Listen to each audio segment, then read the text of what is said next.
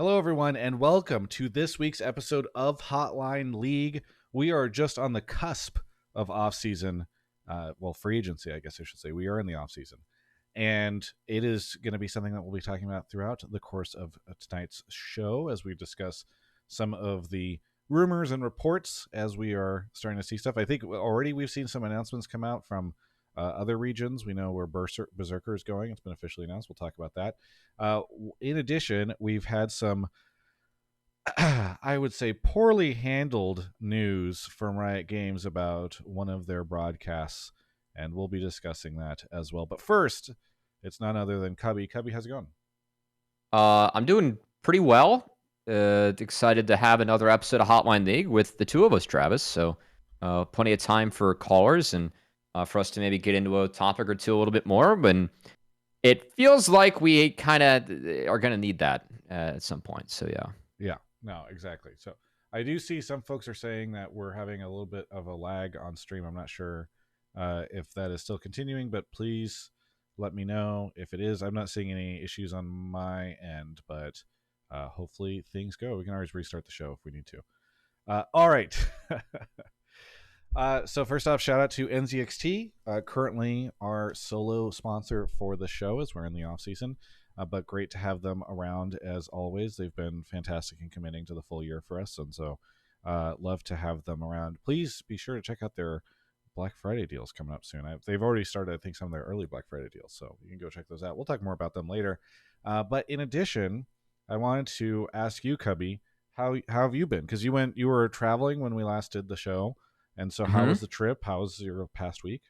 It was good. I was on a golf trip with my dad, which I was fortunate enough to join.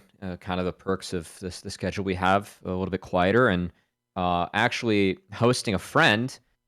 He does stats for the LCS, so Leo the Chosen. Yeah, he is competing in Riot Rumble tomorrow, and I got an envoy so I can go spectate. And I've never seen a Riot Rumble. For people that don't know, the Rioters get to form teams. They have different skill divisions, and they play out a tournament. There's a regular season and playoffs, so it's the final. They get to play on campus, so he's in town for that, and I'm excited to go over to campus and see what Riot Rumble looks like tomorrow. I would say it's exciting to hear, I think for a lot of fans, you saying that, it's probably exciting to hear that Riot is putting some sort of investment into North American talent and the development scene. So unfortunately limited to a small pool of people that live mostly in the Los Angeles employees area. only. Yeah. But, it's cool to see that they've got some sort of development system going on over there.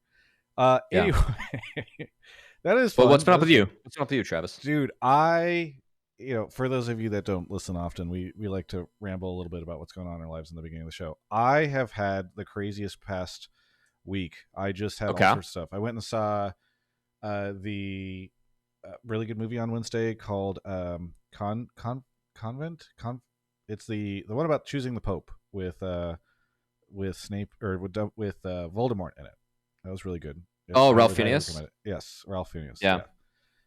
Convent, I think, is what it is. Maybe. He's fantastic. Anyway, that was really good. Then on Thursday, I went and saw Pinback. They are a band that I have listened to for almost, well, I guess I say it's the greatest amount of my life because I was there for their 20th anniversary concert on Thursday, and that was really cool. Then on Friday, I went to the Sabrina Carpenter concert, and I will keep it to a very small thing, but it is tied with the best concert that I've ever seen. The best concert I've ever seen was a 3-hour set that Trent Reznor did when he thought Nine Inch Nails was going on hiatus maybe for the rest of his life. That was amazing. This thing is up there, but on the completely end of the spectrum. It was so fun. She just did such an amazing job with her show and her creative team, and everybody just do amazing things. And so it almost felt like a musical with all the fun little elements that they added to it. There was a surprise appearance from Christina Aguilera. Rachel Sennett, who is my celebrity crush, was there. I was literally like, how could this concert get any better? I'm having the time of my life. And then suddenly my celebrity crush was up on screen, and Sabrina Carpenter and her were flirting back and forth. And I was like, wow, that is just crazy. You're going to have to fill me on Rachel Sennett. Rachel Sennett is she's a comedian / writer / actress. She was in Bottoms. If you've seen Bottoms, it's very good. Oh, yeah. She wrote and starred in that. Oh, she And wrote it too? what's that? Did not know. I did not know that she wrote that. Yeah. No, she's very, very talented, and so it was just, obviously she's not like the biggest celeb or the biggest name out there. So it's just so funny that out of all the celebrity appearances at the event, it would be the current celeb crush on my end. So it was a very fun time. And then just I went to an Arcane Boba Bear pop up like Yeah, collab I'm that they're going doing. tomorrow. Yeah, Yeah. highly recommend. It's very cool. Did that. If you're in LA, you can go check that out. It's in K Town. And then did Magic on Sunday, and this morning, of all things, I went to an IHOP because there was an Xbox takeover of an IHOP because they're doing a partnership, and that was all streamed on. I got interviewed on the front page of Twitch at the IHOP. So, Damn, you've been busy. just no, that's what I'm saying. It's been busy, but also in like, I'm sure some listeners are like, oh, this is why the channel's not getting any fucking updates. Because I've just been, I have become what they have so often claimed LCS players got distracted by, which is I've fully embraced the celeb lifestyle in Los Angeles. There's just so. But back to work this week. But it's been Yeah, it's now been we got fun. free agency. Yeah, exactly. Travis is back to reporting. We did have someone say they missed your rumors and leaks, which Yeah, we had a what's so call about frustrating? last week. I have a video that has, for reasons I can't get into, been held up that maybe is just outdated now, since we're all the way at free agency. But it was me discussing why I didn't do any off-season coverage, and I guess I'll just spoil the video since I'm not sure if it's going to come out. But like, my main argument was, and I think we talked about this maybe a little bit last week, maybe not, but look, normally the way free agency works for me is in the middle of Worlds, I'm like trying to do all this coverage. I'm like traveling usually. And Yeah. then you hear some crazy rumor like, oh, Perks is coming to North America. And I'm like, oh, and that like drags me into the rumor mill essentially, or Jojo's going to join C9 or something like that. The equivalent rumor this year was Jojo is leaving the the LCS or something. Yeah. And so that did the opposite of pull me, and it made me want to less cover it. So I don't know. There was never a moment in time where I thought like, oh, I really want to cover the off-season stuff, because I thought the off-season stuff for this year, and we'll see, maybe there'll be some surprise or something, but for the most part I thought it was pretty boring. I mean, shout out to Sheep, because I think they did a great job, as they usually do, covering this stuff. But like, and I'm happy that it's been boring. I don't know. Maybe we'll get a call about it, and I can expand on that then. But I know I've been blabbing a lot at the start here. But yeah. Yeah. Actually, that would be an interesting call because I have a few takes about that too. That pretty much involves money, but Yeah. I think it's a money good might thing. be a Is hot that, topic today. yeah, exactly. So, um, I apologize, everybody. I'm gonna fill everybody in on some context here, and so I'm gonna keep yapping before we get to the calls. But Yeah. here's what I think a lot of people who listen to the show might not be aware of, because it's the type of thing that, if you miss one Twitter post and you don't go to Reddit, I think it's very easy to miss it, which is the big announcement around the future of the LPL broadcast. So for English those of you broadcast. that don't Yeah. know, a little bit of lore, and we tried to get Raz on to talk a little bit about it. He had some scheduling conflicts, and then I did reach out to some of the LPL English broadcast folks, but I think for good reason, it is difficult for those folks to want to, you don't want to in these moments like go on and have to address all these types of things, because maybe they want to keep doing some stuff with Riot, and it's complicated. So like I get it, but Hey, you're describing my battle talking about this on tonight's show pretty well here, Travis. Right, exactly. And I think even more so for those folks, right, where I'm sure there's a lot of attention drawn to them. So yeah, for those of you that haven't been following this, the LPL English broadcast, which back in like I think 2013 or 2014 was kind of this like grassroots thing that got some minimal support from folks. I just realized your webcam is creeping on mine. It's been going on. It's always been kind of. Go ahead, Cubby. Emily is offering to come on and talk about it now. I was going to pull Emily first. We just want to drag Emily in to talk about this. Yeah. I think if Emily founder. wants to come on and give some thoughts, I think it's fun. Actually, she's probably the better historian for this than I am. Yeah, Emily will be. Dragged you in, Yeah. but are you here? She's muted, Yeah. so she might not actually be here. We might need to. Oh, No. uh, I don't really have a take. I just you had a are message you are coming through so my phone. quiet. You sound like you're a million You miles away always from your say microphone. this. I know I already say this, Oh but this my time I think I gosh, can I barely hear can't. you. I assume it's Okay. the same for you, Cody. I'll try to fix that. But yeah, I don't have a take. I just said I'd come on if anyone else had takes and Sure. just also chat about. Well, I'd love to have you give the history of There, this. is that better? Oh, that's so much better. Okay.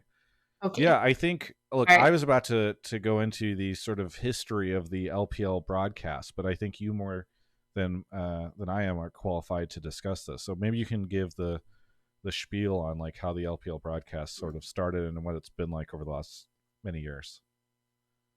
Oh yeah, so I tweeted about this when the announcement came out, right? But initially, from what I know, the LPL English broadcast. So basically, one of the reasons why I started watching Korean League of Legends, for people that don't know, I know I'm known as like an LPL person now. It's really funny. Kelsey and I talk about this all the time because I started watching Korean League of Legends before I started watching a lot of other things. And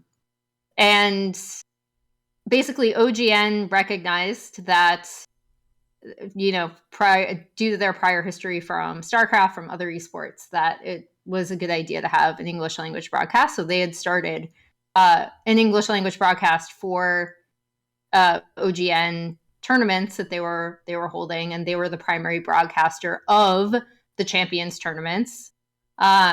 In Korea, the LPL started in 2013, and they did not have an English language broadcast at all.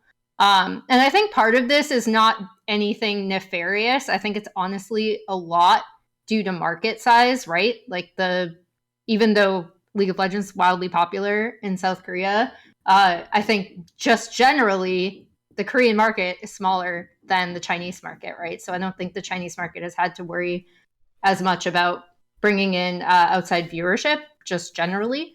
But they didn't have an English language broadcast. And so in 2014, there was a grassroots broadcast, like you said, to broadcast the LPL by a bunch of enthusiasts. This is where Raz comes in. This is where Froskurin comes in. This is where Kelsey comes in. This is also where a lot of other people who like have kind of rotated in and out of the scene, like Pyrotechnics was involved, Soldra was involved, Drexen was involved. Frosk, I'm right? sure I'm going to forget other people. Pastry. Yep, Pastry was Yep. involved. And like previously, I know like Papa Smithy and Pastry had casted stuff like Stars Wars. Not to be confused with Star Wars, but like basically like Chinese tournaments, right? So they're even pre LPL, they were casting some of these tournaments in like 2013.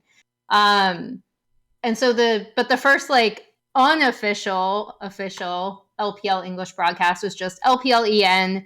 It was started by a bunch of enthusiasts. And at the end of 2014, the broadcast was, I guess, taken over by Riot. At the time, it was a pretty contentious decision, I guess, because also at that time, there was a lot of recognition for potential English language broadcasts for other leagues as well. I myself tried to start a English language broadcast for CBLOL at the time and actually actively got shut down mid first cast. I was abominable. I was awful, but like it's a funny story. Anyway, in 2015, that's when it went to Sydney, and the Oceanic team took it over, as well as doing OPL at the time. So I remember like there was a time in 2015 where I believe that team of casters had to do like LPL, OPL, and the IWCI tournament, like all at the same time. Or at the very least, they had to do LPL and the IWCI, like the International Wildcard Qualifier, at the same time. Their schedule was bonkers. It was actually insane. And throughout this, the prevailing kind of criticism of the broadcast was that, you know, they weren't in China. There were still problems with the feed, even going from the OPL studio in Sydney. And so they finally did get to have the broadcast out of Shanghai until COVID hit. And then everything went back remote, and then, stuff started being like further and further taken away with like less and less money poured into it. I just think so overall that's a lot of like rambling to establish like what it's been. Yeah, but I think overall I was just going to add, like, I know that one thing, we even had Nightmare on recently, and he was joking about, like, it's always around this time of the year that I get nervous, because I think the LPL, like, every year there's been a lot of worries about what's been going on, what's going to happen with LPL English broadcast. I can actually add context to that, by the way. This is a tough one for me, like, not to be like too personally invested in, but I know that the team was told that they were going to look to have it again next year and potentially have new people on it, because I was told by like a current team member that myself and some others were recommended to join. So the plan was that it was going to continue. So yeah. Oh, so like even as of in the last couple of weeks, you were hearing that it was going to this was 3-4 weeks ago. Yeah. That I was pinged and it was like, hey, like, I put your name forward. Like, we don't know what's going to happen, but yada, yada, yada, So yeah. Yeah.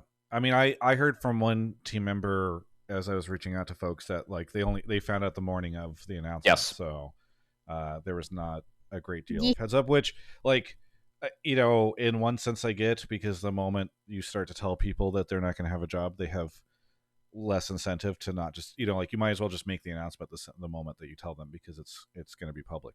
And if not, it's going to leak if you wait. Yeah. So right. Yeah. So I somewhat get it, but I also understand how, we'll get into more of it, I guess, in a little bit. But actually, question for you, Cubby: are we seeing many takes about this, or do you think that we should just cover this?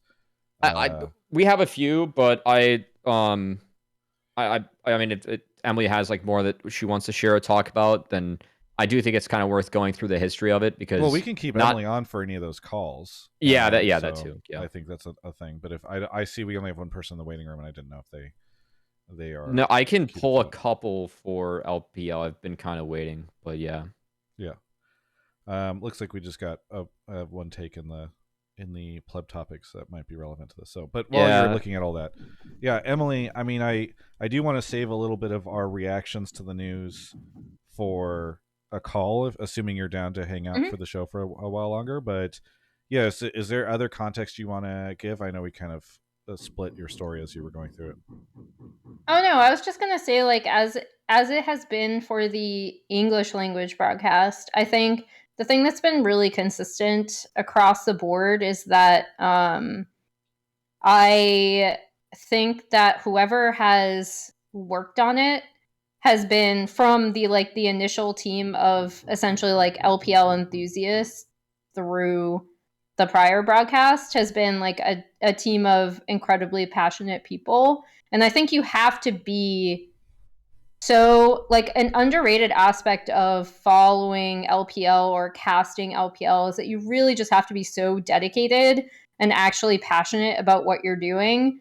Because if you're not, you're just not going to last very long. Like, it's a lot of games. It's a lot of games, and like some of them, for example, I actually did. One of the things I really liked about the structure this year is that there was what they changed for summer did allow so that when you had bad teams facing each other, they were like more evenly matched, right? Because you essentially had like the bad group and the good group. So you didn't have a lot of like, EDG with their all rookie roster against BLG, and like that game might be ending in 17 minutes. So I did like that, but even still, like, there are so many teams and there are so many games, and it's every day. And even if you are not casting, because the LPL English language broadcast recently did not cover every single game. They only did it on certain days. However, if you are also just casting the league, you need to keep up with it, right? So you still essentially have to watch those games. So if you're not watching them live, you're watching them through VODs. I know Nymera cast every single game. Like, so essentially he did a co-stream where he would cast the games that the English language broadcast did not. And he still has them up on his YouTube channel, I believe. So yeah, like I think the thing that's really sad to me is that LPL has always been somewhat, at least with the English language community, in the shadow of LCK for a lot of reasons. And I'm not arguing against those reasons. I think it's just sad because there's A, so much to love about LPL, and B, the people who have worked on it, people like fucking Lyric, have just been so dedicated to that league, right? Munch. Like, I love Jordan so much. I love Munch so much. And you have these people who are just incredibly passionate about the league and the players losing their jobs. And, you know, that makes me sad because I care about them and they have always cared about LPL to their detriment at times, I would say. Yeah. The one thing that I got frustrated with is, at least I saw like a lot of people giving the takes like, oh, well, LCK was more popular with Western fans anyway, or like that being a reasoning. That was a problem of its own creation with the support of both leagues and both broadcasts. So again, like I can understand why fans had that sentiment given the production value that each show has had throughout its career, but like I cannot emphasize enough how much that is a problem of Riot's own creation. So, and fans ended up feeling that way in the end because like, it was very clear that one show got way more support than the other. And that really made me frustrated when fans just said that. As we were getting Emily on, sorry, I wanted to make sure that we got this in as we were covering this, because I meant to say this because, again, some people might not have seen the announcement. Highly relevant to the discussion that we're going to be having before we get into the off-season stuff is the way in which this was announced. So on the 15th, which was last Friday at 6 p.m. Pacific, which is, there's a joke in the journalism or PR business that if you have a story you want to hide, you put it at the end of Friday because then like people are not going to be they're less likely to talk about it. This is also or just when you release a Netflix show too. Yes, that's a great time to drop Arcane as well. season or Arcane Part 2 and all this stuff is coming out, and so this drops at the very end of the day on Friday. And I'm just going to go ahead and read the full thing. I'm sorry for folks that have already read it, but especially for our podcast listeners, I want to make sure that they can hear. Riot writes on LOL Esports. In 2025, we're excited to announce a new approach for the LPL English broadcast by moving to a co-streaming only model. The change aims to bring LPL English-speaking fans closer to the action by building a community-centered broadcast experience. Our goal is to enhance the way fans connect with the LPL, meeting the players where they are and allowing them to enjoy matches in real time through their favorite streamers. We recognize that this is a significant change and may look different from what fans have come to expect from LPL English broadcasts. While there won't be an official broadcast in the traditional sense, we're committed to ensuring fans have options to catch up on the action. We're working on providing clean feeds of each match, which will include only in-game audio, as well as exploring options for co-stream VODs. Fans can also follow our LPL English channels for the latest news and content. We're eager to bring fans closer to the LPL through this community-centered, community-focused approach, and we believe this evolution will create more engaging and memorable experiences for our audience. Thank you for your ongoing support, and we can't wait to enjoy the 2025 season together with our amazing fans.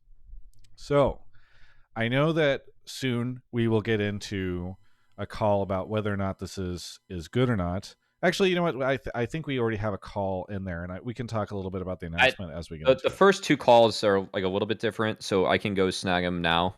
Yeah. I assume it's about the LPL stuff. Yeah. Yeah. So I think I think the majority of my thoughts are going to be on the announcement. Yeah. Well, I mean, one thing I will say, but whatever. Go ahead. I was just going to say, like, one thing I would say, the reason why I tried to bring up the OGN broadcast in the very beginning is that I don't think it is Riot's own doing from the start. I think it was exacerbated by decisions in the in-between, right? And, like, obviously not, I agree with the resource part of it. for that broadcast. However, in terms of like how it initially started, Riot didn't start the the South Korean League of Legends being broadcast in English was not because of Riot either. It was because of OGN. Like OGN was very cognizant of the fact that they wanted to build a global fan base from the get-go.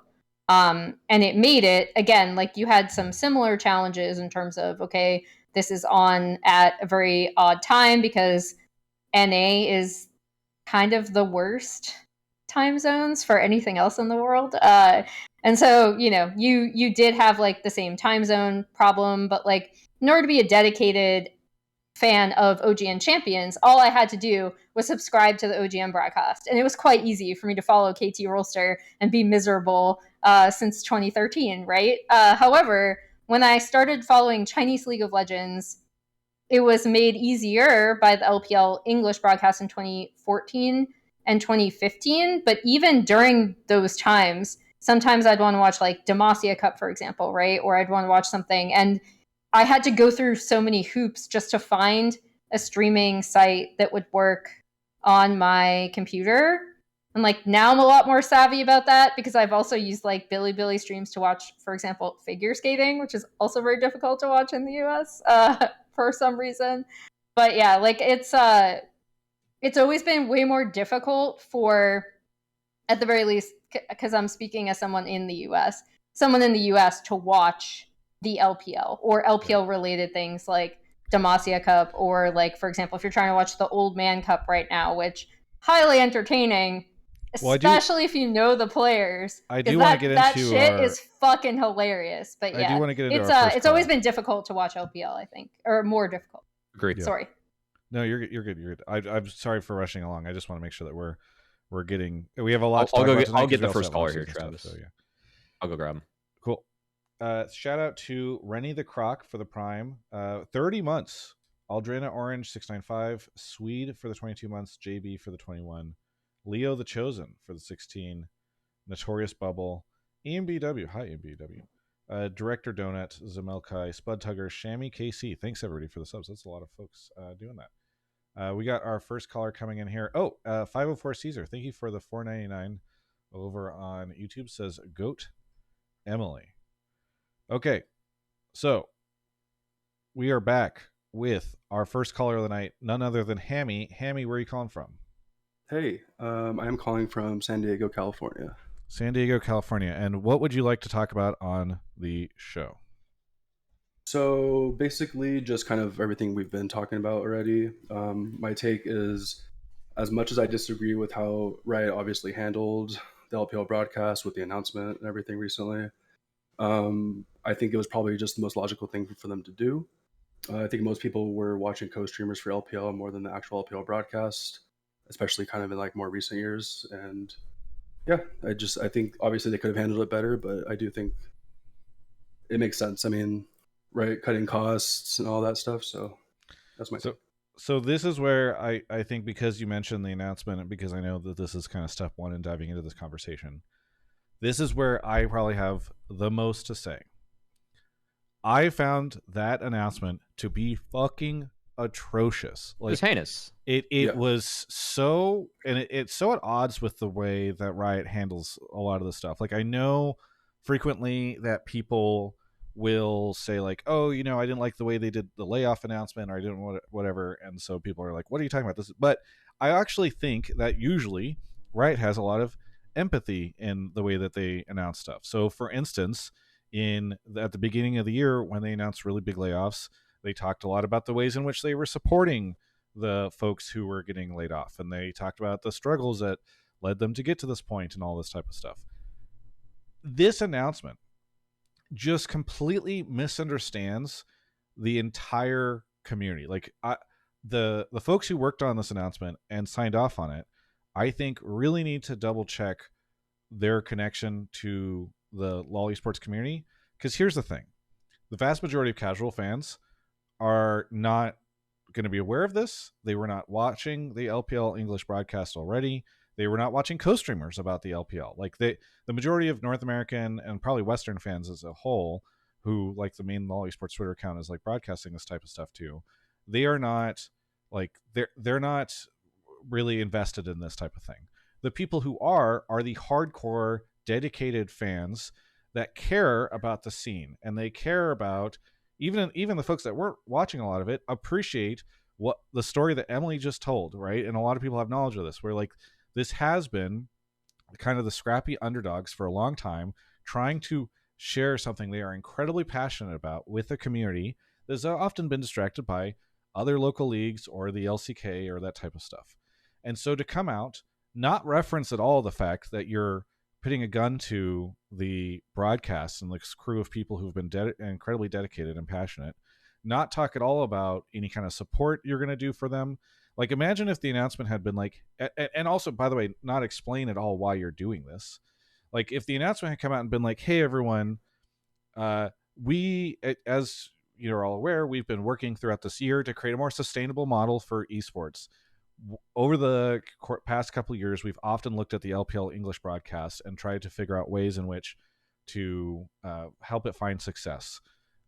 Unfortunately, it's at the point where we do not feel like we can find the sponsorship that we want for it. We cannot sustain it economically. It is not something that we can do. And so we've evaluated a broad set of options, and we've decided to move to a co-streaming model for the people who are, we recognize the incredible passion that so many prominent figures in the League of Legends space have spent on the LPL English broadcast over the years, and the incredibly talented and dedicated people who have been working on this for the past year or two or however many. Like, and we're to that end, we're going to make sure that we're working with this talent to try to figure out ways in which you'll see them in other leagues over the next couple of years, or in 2025's broadcast as guests are making appearances. We'll be promoting we've extended co-streaming rights to all of them, and we'll be promoting their co-streams alongside some other co-streamers at the beginning of the year. Like, if the announcement had read that way, it would have felt so much better than this like weird, I'm not gonna shouldn't use the word gaslight because I know it gets overused, but this weird kind of like propaganda thing. You're not wrong. Where everyone who reads the article or the post and knows anything about it, which is quite frankly the people who are reading the post, are gonna know this is just such weird bullshit, like double talk, you know, like the idea that like we're so excited we can do co-streaming now, as if you couldn't before, you know, like it's just like the every part of that fucking post is just so bullshit and stupid, and like I don't know what world, you know, what are you even hiding? Like, everybody knows what's going on here. Everybody knows that you're like taking the dog up to the farm to live with, you know, a family and all this stuff. It's just like, it's so goofy and so frustrating to me. If I could just real quick, because I mean, I completely agree with like what you're saying about the announcement part. Obviously, complete bullshit. I definitely think they dropped the ball, like Riot tends to do, right, with announcing shit. It's kind of just like how they do things. But that's the thing. I don't actually agree with that, Hammy. As I talked about at the beginning, like I think they have, though. I think they are usually much better at addressing the stuff. Now, on the LoL esports side, I think they have struggled frequently at times, but I think they still often do better than this. Yeah, I would say yes, they have definitely shown that they've done better, but I also think that they have like fucked people over before too. But I also wanted to ask too, like, are we talking more about the announcement part itself, or the? So I just wanted to address the announcement stuff in the beginning and give us all, and then we'll go into your. No. I mean, that was part of my take, right? I do disagree with how Riot handled the announcement. I think it's total bullshit. I think that they have shown a lack of care for hardcore fans before with other stuff. I mean, I've been watching League stuff since season 2, since I started playing the game. I followed LCK, I followed some LPL, a lot of LCS, Europe, but I think in terms of the LPL, they've kind of always shown, I think, less of a care. If I Oh no, you're not wrong. What I mean? Like I think like other leagues have been more popular, and I think I've even noticed that for myself as a fan, that I always enjoyed watching, obviously, like where I'm from, maybe like LCS or LAC, because it was West and stuff. But I think LCK's product as a whole was always just, I think, better, more maintained, better, more money probably. But I think I just think that obviously the announcement sucked ass, like bottom line. I don't want to get into the announcement because I feel like it's detracting from what, like, Hammy, I think that your take is actually very common from what I've seen, in the sense that, like, co-streaming's fine. I just kind of want to go over like what I feel like has been lost in terms of losing the official broadcast. So first off, co-streaming, they're now going to get a clean feed. So you are losing out on the official broadcast. Like for me, I actually completely understand why a lot of fans enjoy tuning into Dom and Cadril because it is the official broadcast plus their opinion. And you can get a lot of unique interactions in there like, hey, I agree with what this caster says or not, or I don't. And that can be really good for content. That actually makes a very entertaining co-stream. You also, like, for me, I think the biggest thing is that you no longer have a central hub, which, to be fair, LPL wasn't even this last year for the English broadcast because they didn't cover everything and do all the games. And, like, while I'll give Nymera, who's in the chat, like, massive props for covering the games that weren't covered, I felt like it was BS in the first place that Riot didn't cover all the games for their second most successful league historically internationally from a broadcast. What happens when you have the co-streamers that have rights to both these leagues and they're just going to go pick the good games that they want to co-stream because that's what's best for them and their fans to watch? For me, like as a broadcaster, it is so easy to make TL versus FlyQuest exciting. It is very hard to make Dignitas versus Immortals exciting. If you're a good broadcaster, you're going to be good at doing the latter well. And it's very important if you're going to cover a league from start to finish to live and breathe and understand that league. Like, I think the whole argument for why people wanted LPL casters have more representation on the world's broadcast because they live and breathe a league that is extremely active and busy. And as someone that does cover leagues for a living, like I can go, watch VODs of LEC, right, and like do catch up, but I don't feel the ebbs and flows of teams, players, performance, and what goes on there nearly as much as I feel it when I'm covering NACL or LCS, where I'm watching that pretty much in real time or covering it in the sense of NACL in real time. That's very different from a broadcast perspective. Also, I mean, personally, like, I enjoy going through my week and having to prep really hard to be effective for 6 hours. Co-streamers are live 24/7 because that's their incentive. They have to be, and that's where they're going to get benefit. And again, you're losing a central hub of where a league is going to be covered in the first place. Not to mention the bad games. Like, what happens if you have... I'll give Dom a lot of credit talking about players like Shanji and Cream early on in their career when they were on worse teams, recognizing they're really good players. And, that is going to be lost now. Like, if we aren't watching every match or covering every match for those leagues, what happens when you have good performance on lower leagues? Like, what kind of central place can you actually go to tune in, watch that, understand it, and move up? Oh God, where else? I felt I've had so much on this. I feel like I'm kind of lost here. Well, At the moment. we can let Emily chime in because I know, Emily, you talked a lot about the history. I have a lot of opinions. Oh my gosh, so many. So I think for me, it was really sad to see the lack of LPL casters at Worlds this year, and the reason is because, like, I'll get into the weeds a little bit because I just started casting again this year after, like I said, my last cast was CBLOL, trying to do a CBLOL EN cast and immediately getting shut down in 2015. But I think, and I have noticed that even as someone who watches every single LPL game, not on 2x speed or on 1.5 speed, by the way, it is so much easier to focus when you are casting something. And it's so much easier for me anyway to remember something that I am casting, right? So you just automatically get into a really good state, both with narrative and gameplay, in terms of being able to remember something that happens in a league, because maybe, a big BLG, like insane Shun brand performance happens against a bad team and not a good team, right? And you just end up remembering it because you cast it.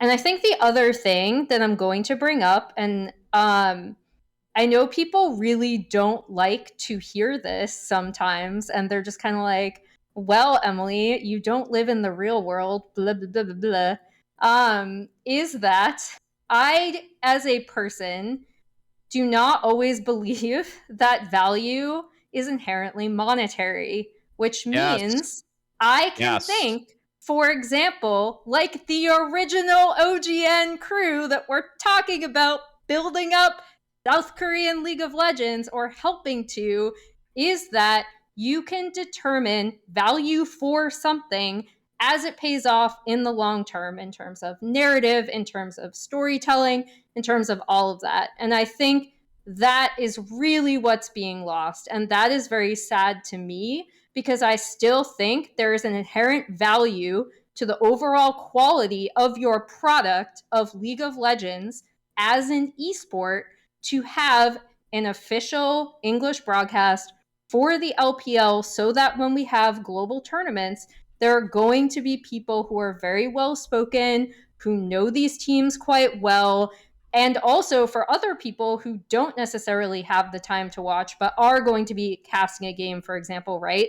There's a library and a wealth of resources from that year, from previous years, that they can look back and look at and be like, okay, here's how I really want to tell the story of XYZ. Like when I go into story meetings at global events, I always want to make sure that I'm really, really trying my best to represent players and teams as much, like as well as I possibly can, right? And having more resources helps with that. And that's where I would fight and say, I think that stuff like this is much more valuable than numbers on a spreadsheet. However, that doesn't mean, so in the spirit, I disagree with the caller's take, but that does not mean I do not understand or comprehend why it happened. And this is also not against co-streamers either, because I think, like, again, Dom is a really good example. He knows so much about the LPL, about their teams. He's really thrown himself into co-streaming and covering that league. It's basically like any other thing, and especially having an official broadcast hub and an official like cast brings so much to elevate everyone's understanding of the players, their narratives, their stories, etc. Because another thing that I didn't mention previously, but I'll just sneak this in at the very end, another thing that goes super, super hard in both LPL and LCK are fan translators. Like they work so freaking hard. I get so much stuff from a specific group of like LPL fan translators, and they're all amazing people who just do this for fun and for free to find shoulder content and translate it. And that's always something that has also been a part of both the LPL and then originally the OGN Champions tournaments and now LCK. Is the fan community and a few dedicated fan translators as well. So shout out to them. So while I talked a lot about the announcement, I have mixed feelings on the caller's take in terms of, I think there's a large part of me that understands and gets why the LPL has ended their English broadcast and are moving to this like co-streamer model. Dude, I know, Cubby, I know you said move past the announcement, but it is just obscene to me how awful that announcement is. It is, but like for me, I mean, okay, so but talking about the other part means so much. Yeah, talking about the other part. I think that it's very clear that esports has had a pretty big budget cut this year. A very, very big budget cut this year. I mean, we've been seeing it left and right as teams leave leagues and we get consolidation and all this type of stuff. I think if I was running LoL esports and I'm trying to figure out what parts to keep and what parts to cut, like the LPL broadcast was not going to ever become, I would have been surprised if the LPL broadcast could ever become financially sustainable given the complications in selling it from a sponsorship perspective and all that type of stuff. Emily makes a very convincing argument that has pulled me back a little bit from the ledge in terms of the benefits that the broadcast has beyond monetary means in terms of creating experts in the second most successful league on the international stage, in training talent and giving a path to quote unquote pro for other folks. But I do think that at a certain point in time, there was going to need to have some sort of solution to the monetary support for that broadcast. And so I wish I knew of a system that could do it, and I definitely don't think it's the one that Cubby's about to propose.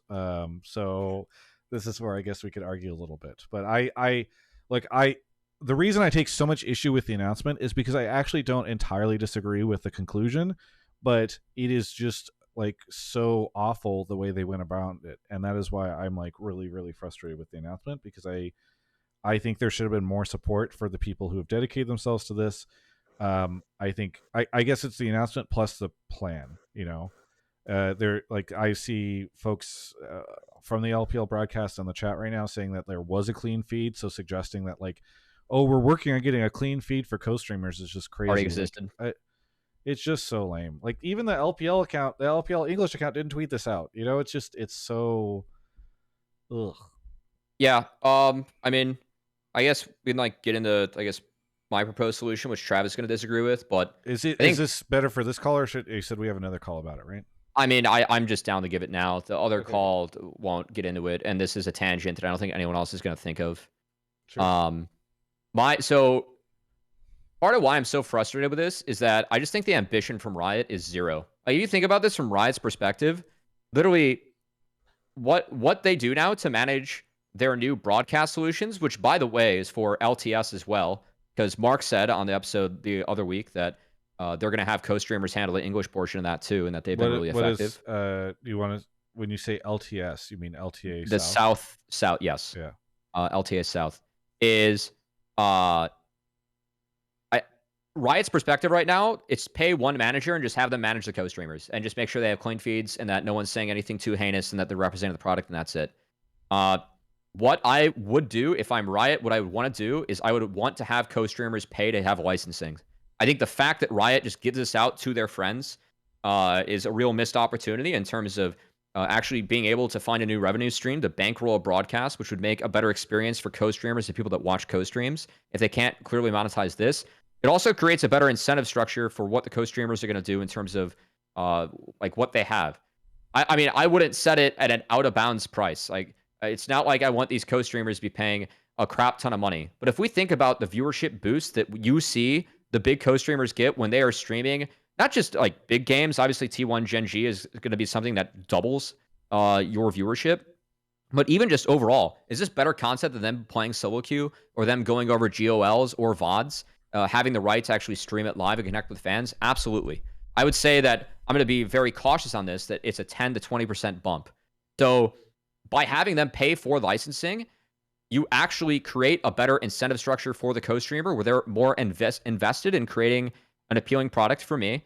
And also the whole scheduling thing, like if you make them pay flat, they're more motivated to stream all the games, or might actually have to choose between what they actually co-stream. Now, this doesn't sound great for the fan experience, but if you're able to buff up the co-streams that everyone gets, like the feed they're actually going off of that actually includes observers, includes English talkers, if you have that, includes other languages, if you want to stream in Spanish or Portuguese, I think it's a far better experience. And my concern about this is that if they're coming for the English broadcast for the second most successful league internationally, what's next? Because don't think that Riot's going to stop here.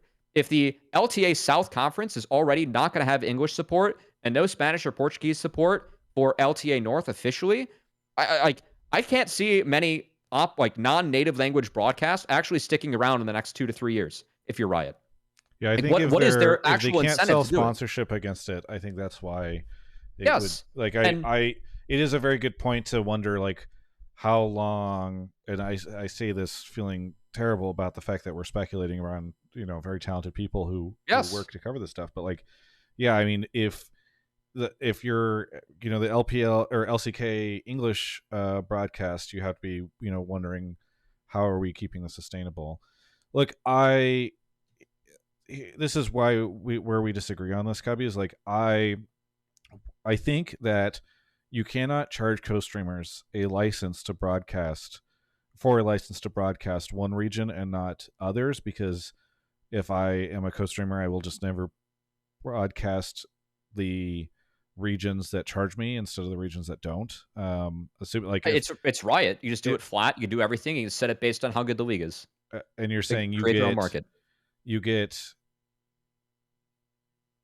charge them a flat rate. You're saying you pay a flat rate to get co-streaming rights to every major region? No, I mean, however they want to work it. Just like figure out a way where they're paying for broadcast rights. Yeah, the fact I know, that no one pays like, for any broadcast rights, and then we just delete the broadcast is bullshit. Like, okay, overall, that's not how any sort of broadcast business works in anything. But Cubby, so okay, if let's say I'm co-streamer, LCK doesn't charge me for co-streaming rights. LPL does. Why am I incentivized to co-stream LPL? I can go in my model. In my model, you pay for everything. In my model, okay, so you do. Okay, so you do pay. Yes. Everything becomes a license. I think my next question becomes like, what? Because I know you say you don't charge these people a lot to get the licensing fee, but how much are you charging? Because at a certain point, and how many broadcasts are you propping up using co-streaming licenses? Because I worry, like, if you told me that the LPL English broadcast costs $1 million a year, I could see that, even if with people doing it remotely or whatever, because you have to pay everybody, and you have to pay the people that are handling broadcasts. You have to pay people that are doing this type of stuff. And like, are you going to raise $1 million a year through this program? And then even then, you're only supporting one of the broadcasts. So like, my concern, like, I think there are additional concerns around, do co-streamers abandon co-streaming in this world?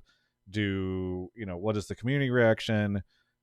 Now co-streamers are propping up a competing stream. Like, I think setting aside all those, I just even wonder if the financial money, like financial component, works out where you can use co-streamers to prop up main broadcasts, because I'm not entirely sure that the financial return is there. It couldn't fund all of it, but again, like what Emily is saying, for Riot, there is more intrinsic value in actually keeping a broadcast to create experts, and again, have a centralized location for everything that you would just be propping up. The goal for this wouldn't be to pay for 100% of it. For me, it creates better incentives for both the co-streamers, and obviously like helping themselves have a better co-stream itself by putting some money into a pot. You wouldn't want to price it where you cut out the smaller co-streamers. I will say that this is already really, like, this system will actively hurt smaller co-streamers. It is going to be a rich get richer system. I can't see many people being able to make it on their own competing against the people that have already gotten co-streaming rights like for years to come. But like, if I had to throw out a basic number, and for me this is too low, so it'd be cheap, but $2,500 to cover a league. If you are paying $2,500, you get to cover all of LPL. How many co-streamers are going to do that? I mean, sorry, this is 20. That won't change anything. You can get 20. That's at least some money where you can use to bankroll it. And then again, selling sponsorships, like, it's not supposed to cover the entire broadcast, but it's not about being enough. It's just about helping out, I just don't think, again, that's I don't too think low. that making $50,000 a year, like Riot, like, it is not worth Riot's time to try to get $50,000 a year in licensing fees from co-streamers, like, because that's not even going to pay for one person on a broadcast, Yeah. And so that's why look, yeah, the reason I push back on the co-streaming license stuff is because I want there to be, like, I want to live in a world where the LPL English broadcast can exist, but I want to find a solution, a financial opportunity that covers the cost of the LPL English broadcast, or at least subsidizes it enough that Riot's like, okay, we'll chip in the rest. And I don't feel like the co-streaming license stuff that you talk about is enough to get you there. No, it's not. But again, it would help. And the fact that like this is just going to friends and family and that's it is BS. I also am salty because I was told that I can't co-stream my own products. And now, like, when they cut out the caster pipeline, and I was actively told by Riot, like, I can't co-stream LCS, I can't co-stream NACL because I'm a part of the broadcast talent. Now when they start taking stuff away and I don't have options, I missed out on years of building up my own like brand, or like trying to. Yeah, I mean, there's a separate conversation we had about the way that's a different conversation, which also hurts, right? Yeah. I think. Look, we probably should, and this is probably a good idea for the next couple of weeks, at some point in time, do an entire episode about co-streaming, which I'm sure will anger all the co-streamers if they notice it. But I think that it is, they have not come to at co-streaming with a clear path of how you get the stuff, how it works. It's completely different. It changes all the time. Even within the LCS, co-streaming was on, then it was only on for a little bit, then it's back on every time. Like they've had just no clear understanding of what they actually want to do with with co-streaming products.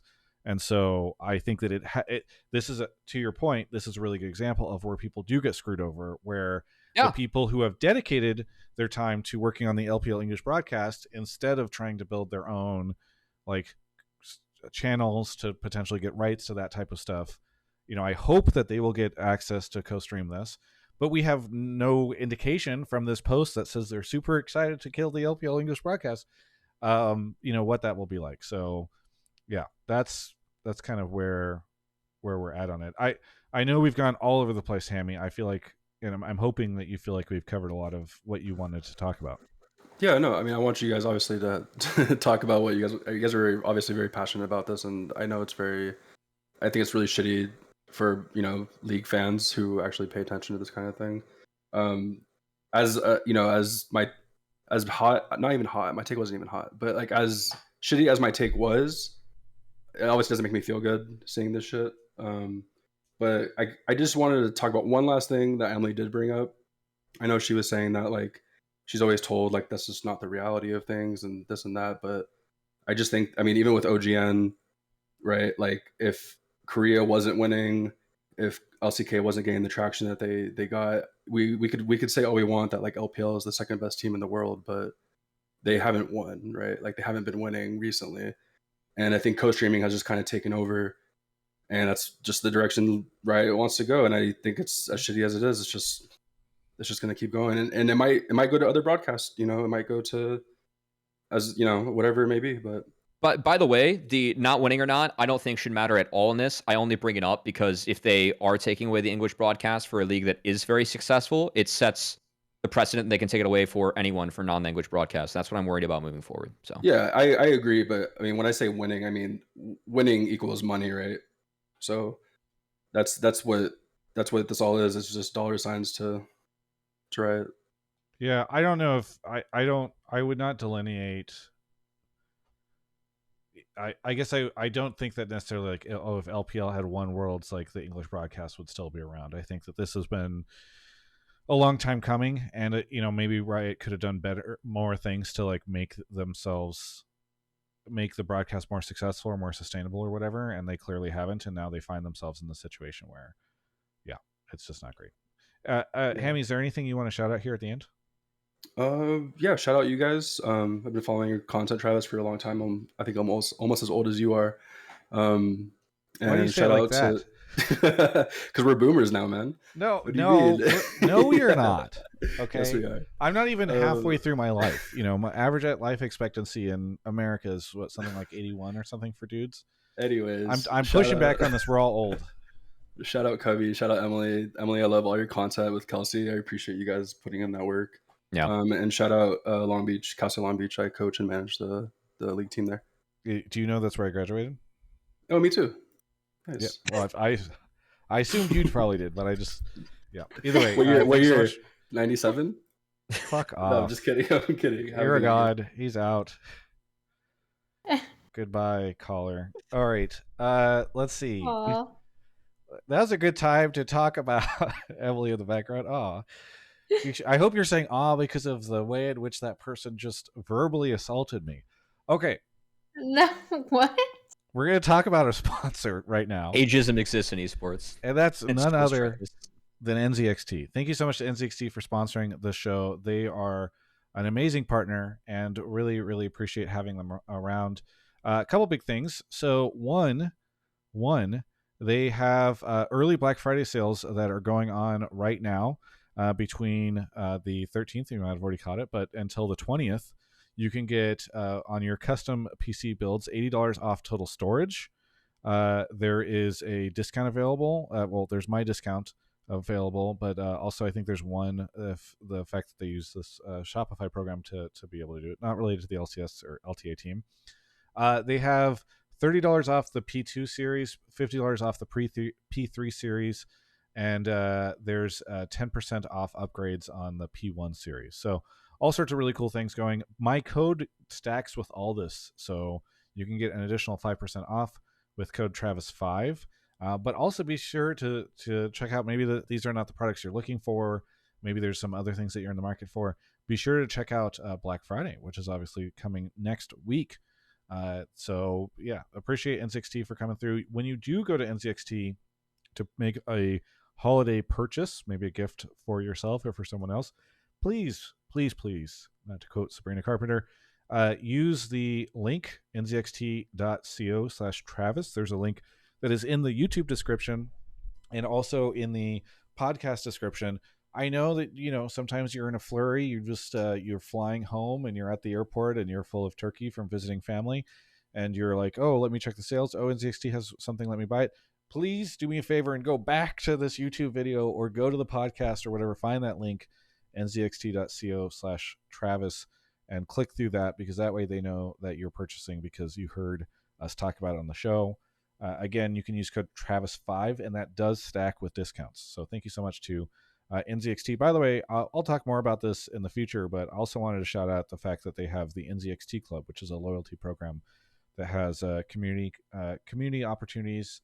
You can complete quests. You earn these points to unlock exclusive rewards and experiences. So some cool stuff going on there. They've got a whole bunch of neat things happening over at NZXT these days, and I really appreciate them sticking around as a year-long sponsor, because otherwise, they're in the off season, it gets quieter on the sponsorship front. So it's awesome that they commit to the full year with us. It's awesome. Cool. We have another call. I think we have one more call about the LPL stuff, right, Cubby? Is that the plan? Yeah. Is it not? And then, yeah, there's one more about it. Yeah, and then we're going to officially move into some off-season discussions. So sure. Yeah. All right. Thank you to Akarn Liberated, Hobnobbin. Oh, Akarn Liberated for 2 years. Hobnobbin, thank you so much. Badger Yar, thank you. Over on YouTube, thank you to Brandon Burzes for becoming a member. By the way, there are exclusive videos over on the YouTube channel for members. So if you want to become a member, you can become one for as low as $2.99. Elias is here. Elias, where are you calling from? Christchurch, New Zealand. I'm sorry, you're kind of quiet. Can you say that again? Oh, Christchurch in New Zealand. One more time? Christchurch, New Zealand. New Zealand, okay. Yes. Christchurch, New Zealand. Okay, yeah. Yeah. If you can speak to the same volume you did on that third try, that'll be good. Yeah. What do you want to talk about on the show? I'm sick and tired of people using viewership as the metric that we need to be assessing whether or not a broadcast is successful or not. I think it's a shit metric that doesn't really hold much weight to it. Okay. I'm excited to learn more. Do you want to expand? Yeah, sure. So essentially, we know that viewership is basically something that you sell to the sponsor so that the league can make money from that sponsor, or like get paid by the sponsor. But an esports viewer never gives any money to the sponsor. There's no end point for the sponsor to actually make the money back. So it's always just some what's the expression? Bigger loser. We keep having to find new sponsors because no one will ever want to re-up with the league. I will push back on that and say that, like, in the past, I know LCS has had about an 80% sponsor retention rate, which is pretty good, and the value comes in impressions, right? And if you're going after the right audience, you get a lot of companies that, if they capture you around 18 to 24, you're a customer for life. So like car insurance, credit cards, phone companies, if they get you to sign up, the value of that customer is actually like astronomically high. So that's usually who we see, like at least non-endemically, hopping into esports, and that would be where the value is. And but keep on going. Yeah, I guess I would ask, like, okay, if you, I similarly to Cubby, I disagree on the idea that there aren't sponsors getting value from this stuff, but where would you find the metric for success if it is not viewership? This is where the worst thing you've ever heard in your life has come from. It's the amount of Twitch subs that the channel has. For NALCS, it is the number of Twitch subs that it has. Okay. Because is your assumption that you'll be able to fund the broadcast? No, off of absolutely subs? not. No, Okay. absolutely not.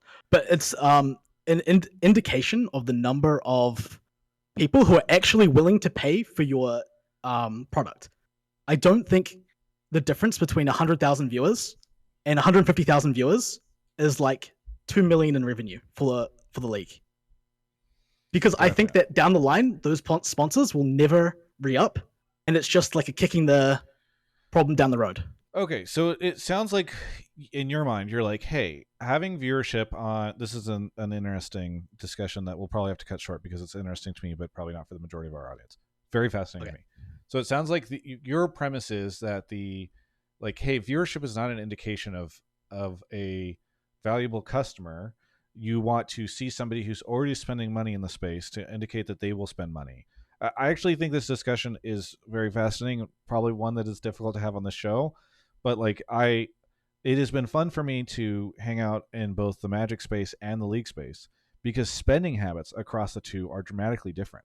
So For sure. we know that the majority of League fans do not spend money on the game at all.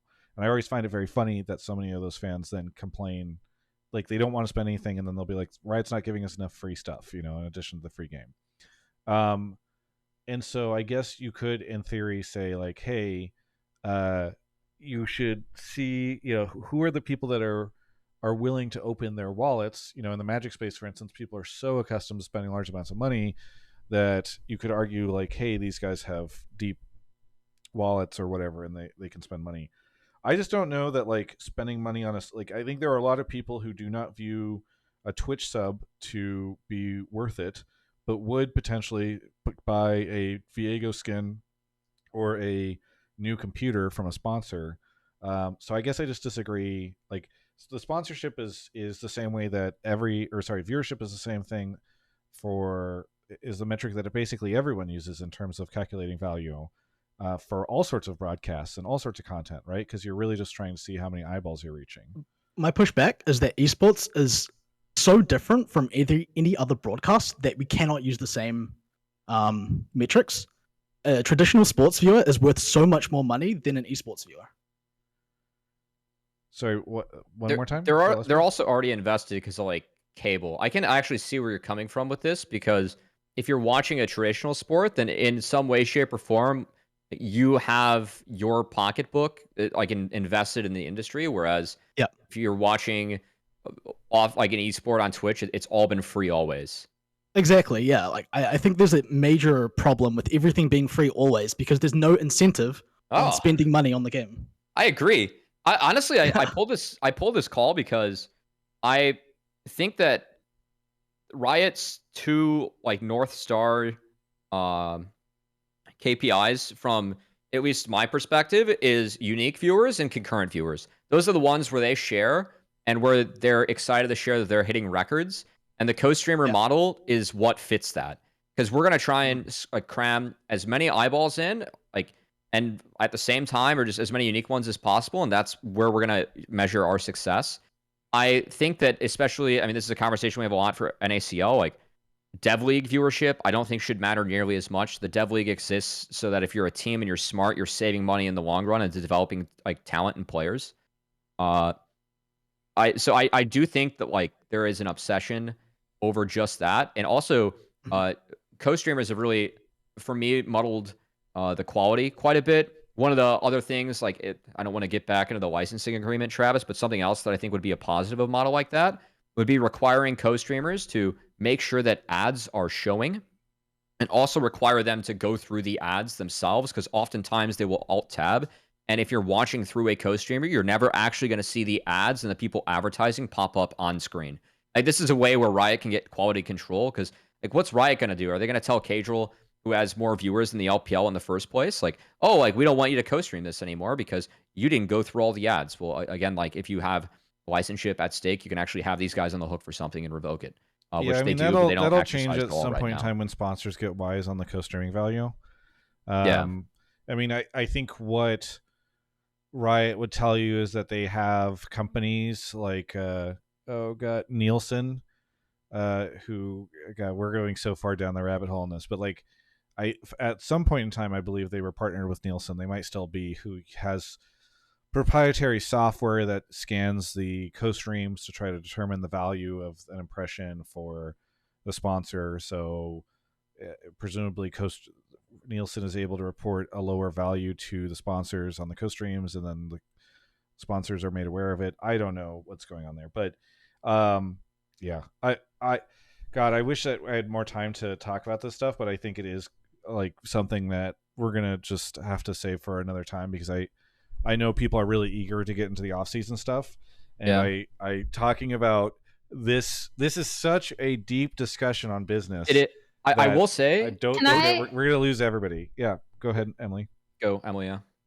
Oh yeah, I was gonna say I just have a few things to add if we have the time. Yeah.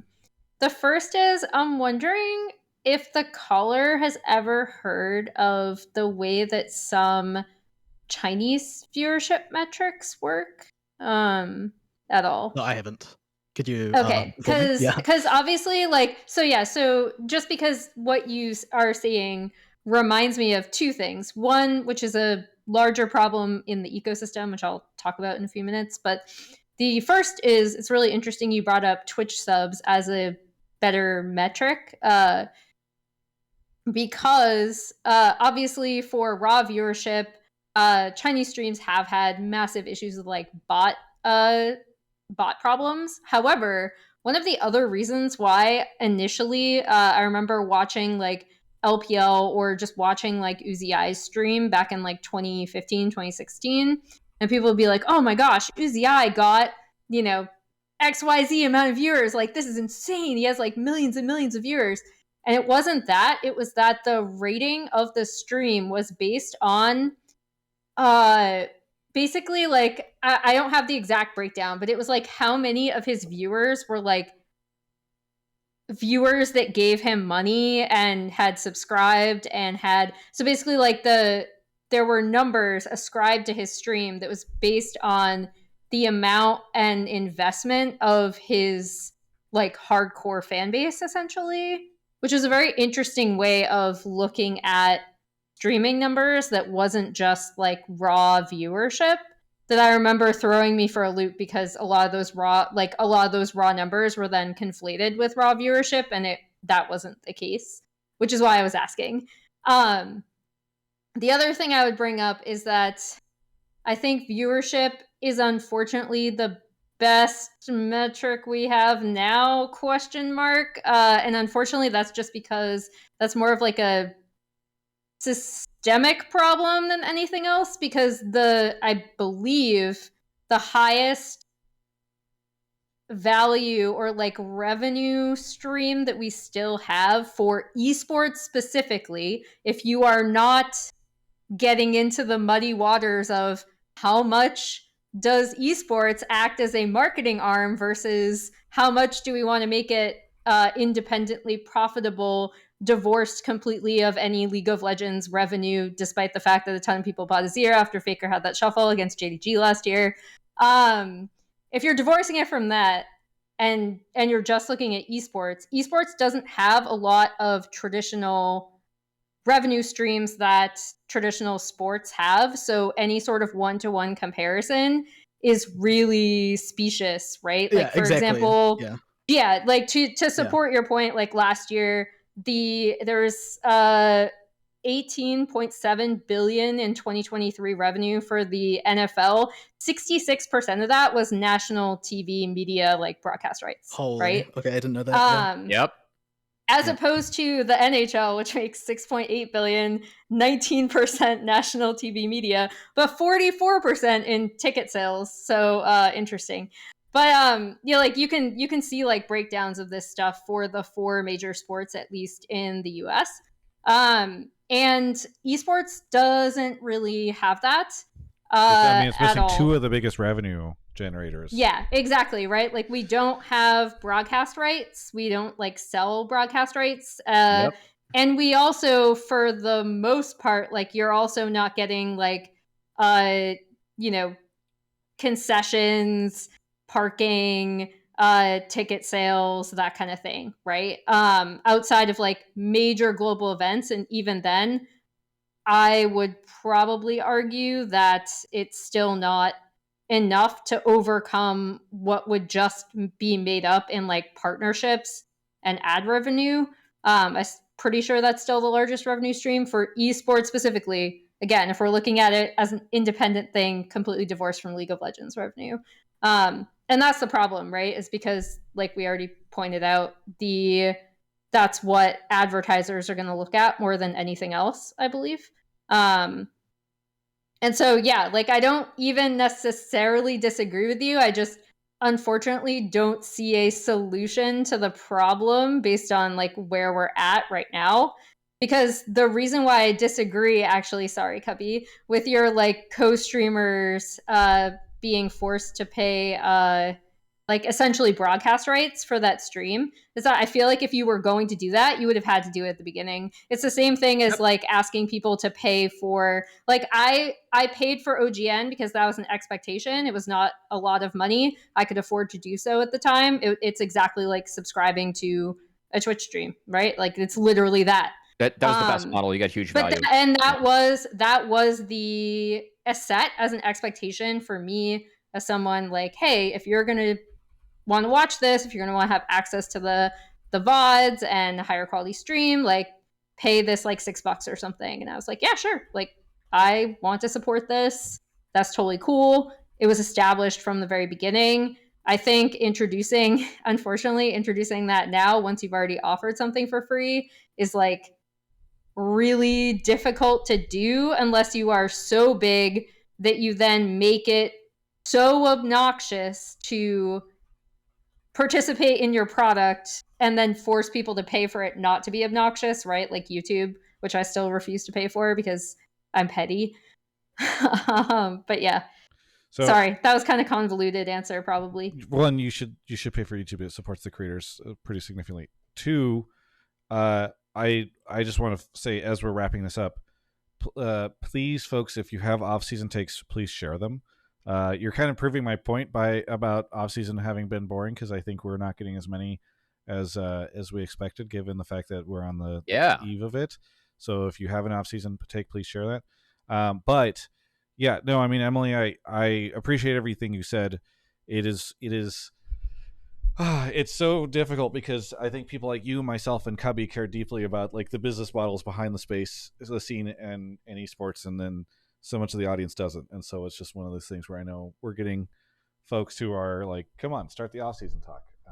But broadcast rates, fascinating. I mean, it's so listen. I wanted to do the esports business show. I also find jungle pathing spreadsheets fascinating and lane swaps fascinating. I'm 10 of the most boring people you know. It's really hard to be an NBA fan this year because they sold their broadcast rights for so much. Like every network has a different day of the week. It is actually fascinating. Like that is so much money there. But, Elias, thank you so much for the call. Is there anything that you want to shout out here at the end? Can I just like add one thing? Like I want to emphasize what Emily said, and it's like, if Riot wants to treat this as marketing, treat it as marketing. But it's existing in this weird limbo right now where it's not marketing, but it's also not. They're also not trying to generate the most revenue. Well, it doesn't feel like it. And so I kind of just want to hammer that point home. And thank you. That's all. They're definitely transitioning to that. If you look at what they talked about at the media day at Worlds, I think it's obvious they're trying to move to a predominantly in-game revenue model. Either way, thank you so much, Elias, for the call. Anything you want to shout out? No thanks. Bye. Thanks so much. Catch you next time. All right. So off-season takes, folks. We're officially talking about. I see Numi, noted FlyQuest employee, in the subtopics chat, suggesting that Fly keeping their roster is great for the league and encourages NA development. Perhaps we could have a similar take from somebody who is not on the payroll. But yeah, we're looking for some off-season takes for that. Emily, do you want to stick around for that? Yeah, I can if you want. That would be swell. I did not think to even message you because I guess your normal Monday unavailability you said it was shifted, right? It has changed, yeah. Okay. Well, this was different day now. Thing. I should have reached out to you, and now you're just our guest for the evening. Yeah, that'll be very confusing to people who turn in at the beginning, and we have advertised the show as having you on. So, okay. So we're getting some takes thrown in into the waiting I room. got Actually, it one. looks like we might have people. Cubby, should we go grab one? Yep. Okay. Awesome. Off he goes. Thank you to Jogot Ba for the 14 months, Zaseshi for the 15 months. So just logging into sub, keep the league alive, Travis. And also they said Twitch does a really good job of hiding Prime subs on mobile, and it's very true. They've done a lot. Again, I've talked about this before, but our Twitch sub count went down by like 50% since the beginning of the year. And I think it's just because Twitch has done a lot to hide that stuff, and then they've also increased the cost of it. So it's been unfortunate. Okay, we got gyrojoestar here. Joestar, where are you calling from? I'm calling from Houston, Texas. Houston, Texas. I'm going there for Magic the Gathering event next month. What do you want to talk about on the show? All right. Well, my take is that Shopify looks legit. I think the entire Northern Conference is looking actually pretty competitive. It's kind of reminding me of the first split of the most previous season where all the teams were pretty close. I still think like TL and FlyQuest will be at the top, but I could see them having an underperformance in honestly pretty much any other team, including Dignitas and like Lions, like making a break for the second or first place spot. Do you want to let everybody know what the reported lineup is? The reported lineup is B-Voy for Shopify. Yeah, it's Fudge, Contracts, Palafox, B-Voy, and Saros. Theos? Or is it Saros or Theos? I'm gonna trust you on that one. Yeah, I think it's Theos. Yeah. Okay. So, what about this lineup has got you pumped? Well, I think B-Voy, despite his lack of name brand value, was one of the best ADCs, if not the best ADC, over the like entirety of the last season, especially in the spring split.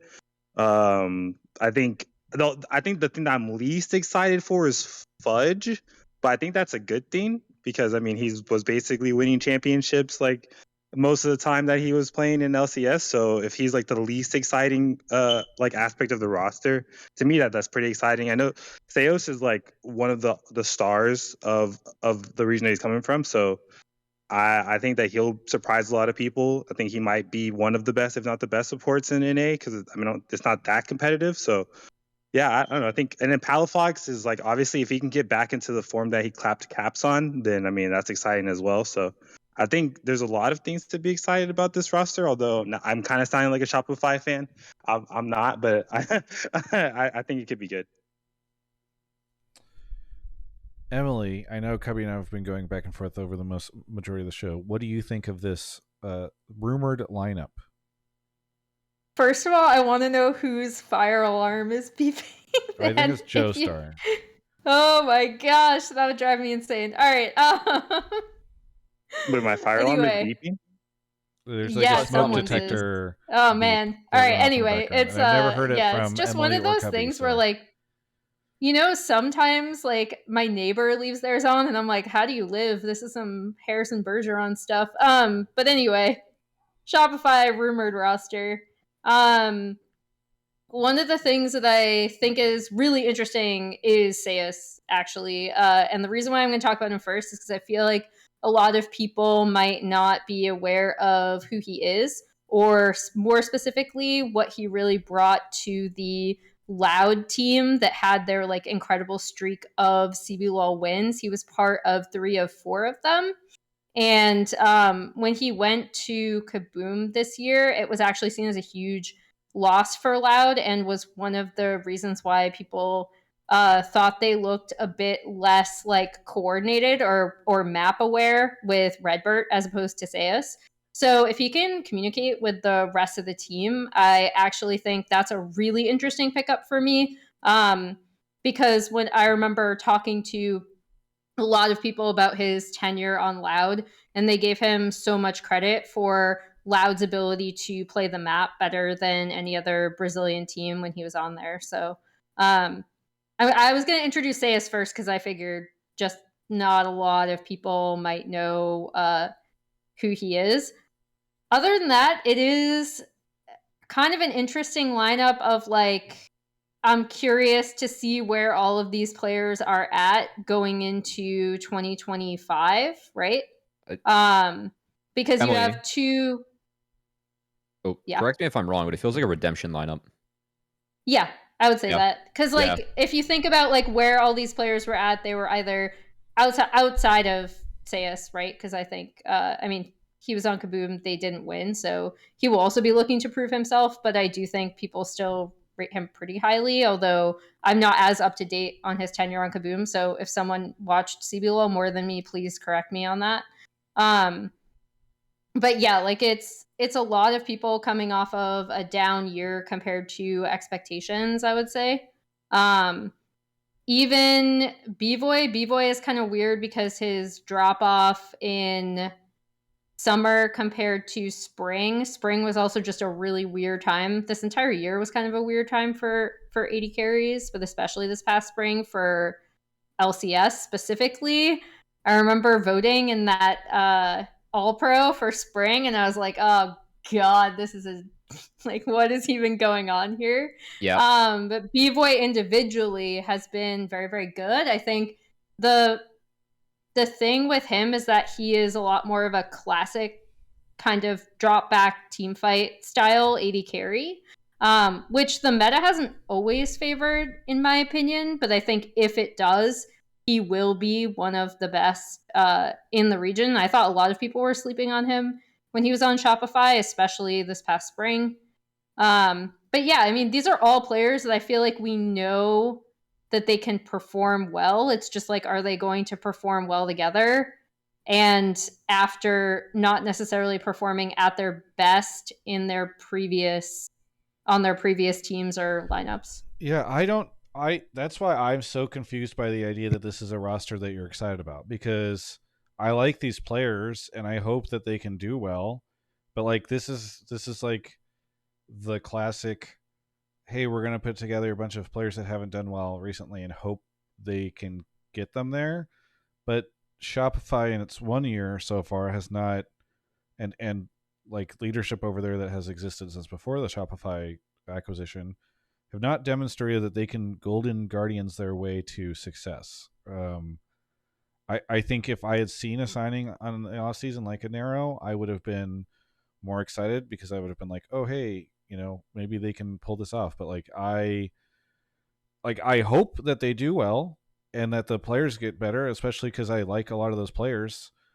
I played Magic with Palafox recently, and I just don't understand why this is like an exciting lineup. I have trouble. The Sayus thing is so weird to me because according to Sheep, they paid 175K, and just based on that, I just feel like that's the worst move of the offseason, knowing what the market was. There's just no way that that's worth it unless they win or like do really well. I just don't. I think that's a bad decision. I think Sayus is a decent player. I've never been the biggest B-Boy fan, even if I thought he played much better in spring, but the whole team was built to enable him with like the tank picks they had. And I hope Contracts keeps on playing well. I think very highly of Contracts. And Palafox and Fudge, I'm curious to see what kind of form they're in.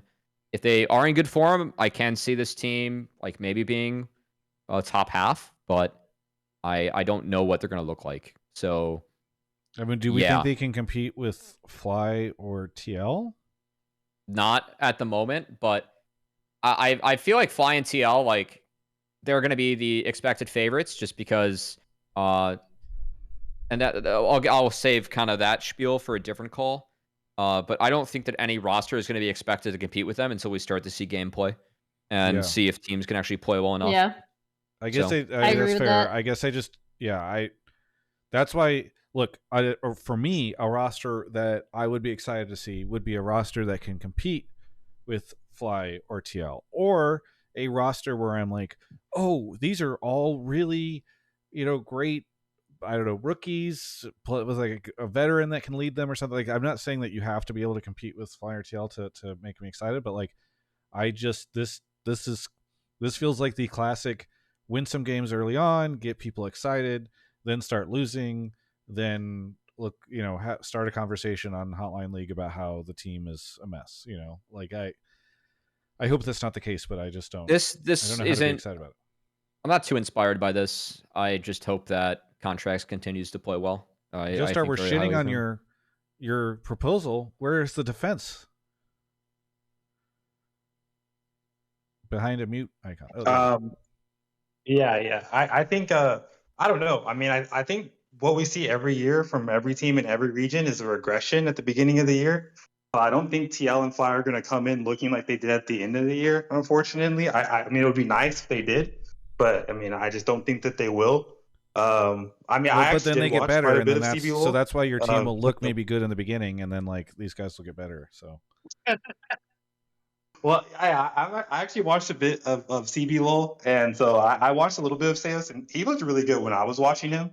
So I don't know. I guess like I think that they'll be good if TL and if FlyQuest play up to like what we saw their potential to be. Then they should be the two teams from NA. I mean, they're keeping their roster together, so it's like pretty much impossible for any other team to catch up to them. But we could have like a T1 situation where they just like go back to like FlyQuest might not be as good in the region and stuff like that. So I don't know. I mean, I think that it's an exciting roster in the sense that it's bringing a star from a different region to be on a team that's like not terrible.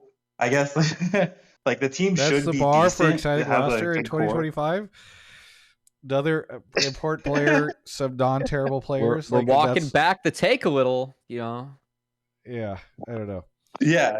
I mean, I mean, the players non-terrible is just like how I would describe most of the teams. You know, that's just like how it is. I mean, FlyQuest and TL actually reached a level I think this year that we haven't seen in a long time that would put them out of the non-terrible category. But I'm not expecting them to be at that level. And I think this roster, in my opinion, this roster looks like it could outcompete the C9 roster with what C9 has put forward and stuff like that. Yeah. So Well, I don't want to think it go could be too much into exciting. the other rosters, but I do appreciate the Yeah. call. Anything else that you want to shout out here at the end? Oh my God, my house is going crazy. I gotta go, but I'm gonna shout out Prize Picks as usual. I love Prize Picks. I made a bunch of money on Prize Picks, so shout out to Prize Picks. Shout out to Pagoda and shout out NZXT. Okay. Thanks so much for the call, and we'll catch you next time. All right. Next Got caller. a couple more callers. Thank you to Current Monkey for the Prime, Penny Swiper for the Prime, the Noblet for 9 months, or 53 months, sorry. 9 months at Tier 1, and Lit Drummer Boy, thank you for the 52. Twitch reorganized the way they display stuff, so sometimes I think somebody's been sub for a shorter time than they have, and I apologize. Hopefully Joestar's house is okay. Emily, what have you been doing in the off season? How have you been spending your time? I've been writing a lot, and I've been playing Metaphor. That's been fun. Nice. But yeah, mainly just doing a lot of writing. I think Mark told me he was playing that on the show last week. I don't know. Zemelci is here. Zemelci, where are you calling from? I'm calling from London, United Kingdom. And what would you like to talk about on the show? So my take is that the Jojo to MDK move, which is still rumored for the moment, is actually the best possible move for all parties. I think this, like, you can make the argument that this extends even to LCS, but I think that's the hardest one to make. I think we had this exact take on a Jamada episode, didn't we, Cubby? Yeah. But I mean, I think the JoJo thing is still kind of fresh because we're gonna have some C9 call. We're gonna have a C9 call coming up. But, all right. Well, we'll keep it to a shorter conversation just because we've had this conversation a bit before. But yeah. Yeah. What's up?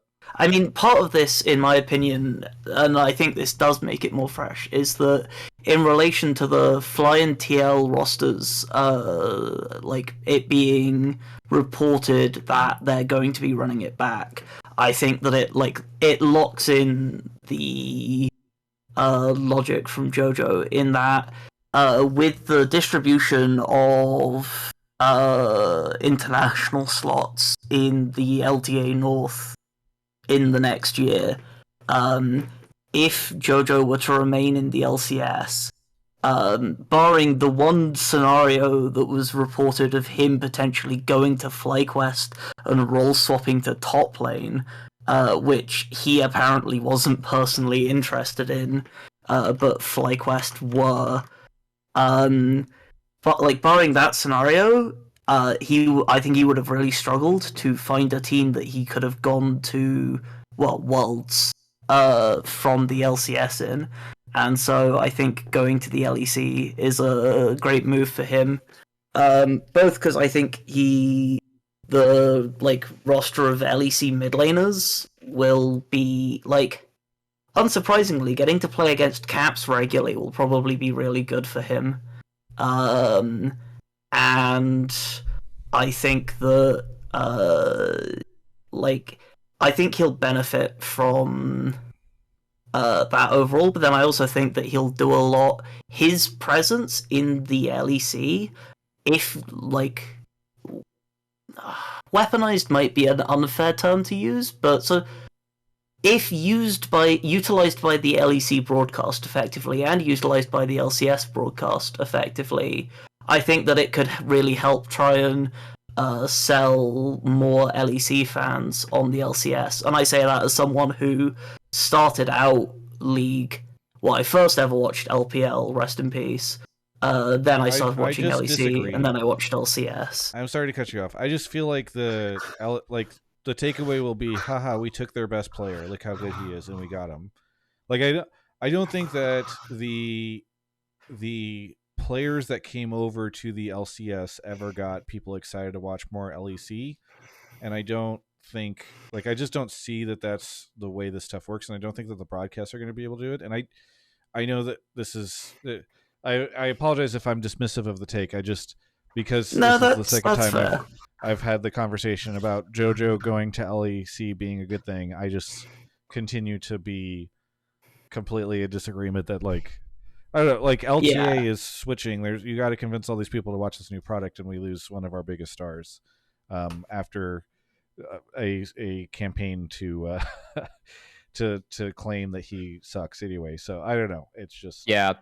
I mean that's the one way I'm like happy for Jojo, is because it felt like he was kicked, through the door on the way out. And if this is the best situation for him, it's fine. But no, this I can't get around the fact this sucks ass for LCS. Jojo was, I think, the player that, like, when I covered at the lower leagues, probably just had the most raw talent between him and Sniper, and the fact that, or Masu as well, and Danny. Like, I mean, I really feel like that tier of player that I watched before they even hit the league they were going to be special. I still think that Jojo is a special player. I wish him nothing but the best. But yeah, it sucks ass that it really feels like a team kind of, again, kicked him on the way out, and now he goes to EU.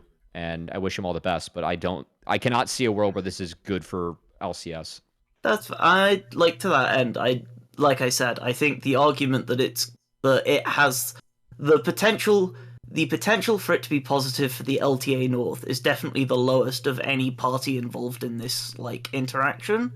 I think the thing that is more relevant to the moment is the fact that I think it's positive from him in terms of his chances to qualify to Worlds, because if you did want to take this conversation in a way that's more fresh, I think that if you are any team that is not TL or FlyQuest next year, then what are your odds of making internationals? Like, unless one of those two teams has a random blow up because they've been together slightly too long and the atmosphere gets cooked or something, then I don't think that if that doesn't happen, TL and FlyQuest will be, one of those two will go to MSI, one of those two will probably go to First Stand or Strike or whatever it's called. Yeah. And both of those will go to Worlds. Yeah. I mean, I agree. I understand why Jojo did it. Like, Riot is divesting themselves from the North American scene in a pretty significant way, which impacts the ability for players to both get resources and also to make appearances at international events. So it is understandable why this player would choose to go do something else, especially whenever it appears as though he wasn't going to have a spot on any of the three major organizations. But it doesn't. I'm just never going to be happy about it. So, and I don't know. It's probably good for him. So I agree with you on that front, but it's just a shitty situation. That's fair. Do you have Yeah. anything that you want to shout out here at the end of the call?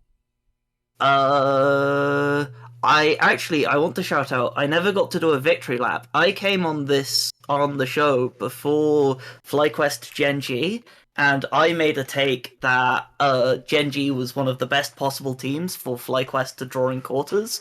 Because I thought that with FlyQuest's preparation, they stood a really good chance against Gen G because they'd be able to come up with both drafts and strategies, and I was dismissed and called a madwoman, and they almost proved me right, and I can live off that high for at least a year. Other than that, I don't have a huge amount to shout out. Shout out the Making the Rounds podcast featuring Kelsey Moser and Emily Rand.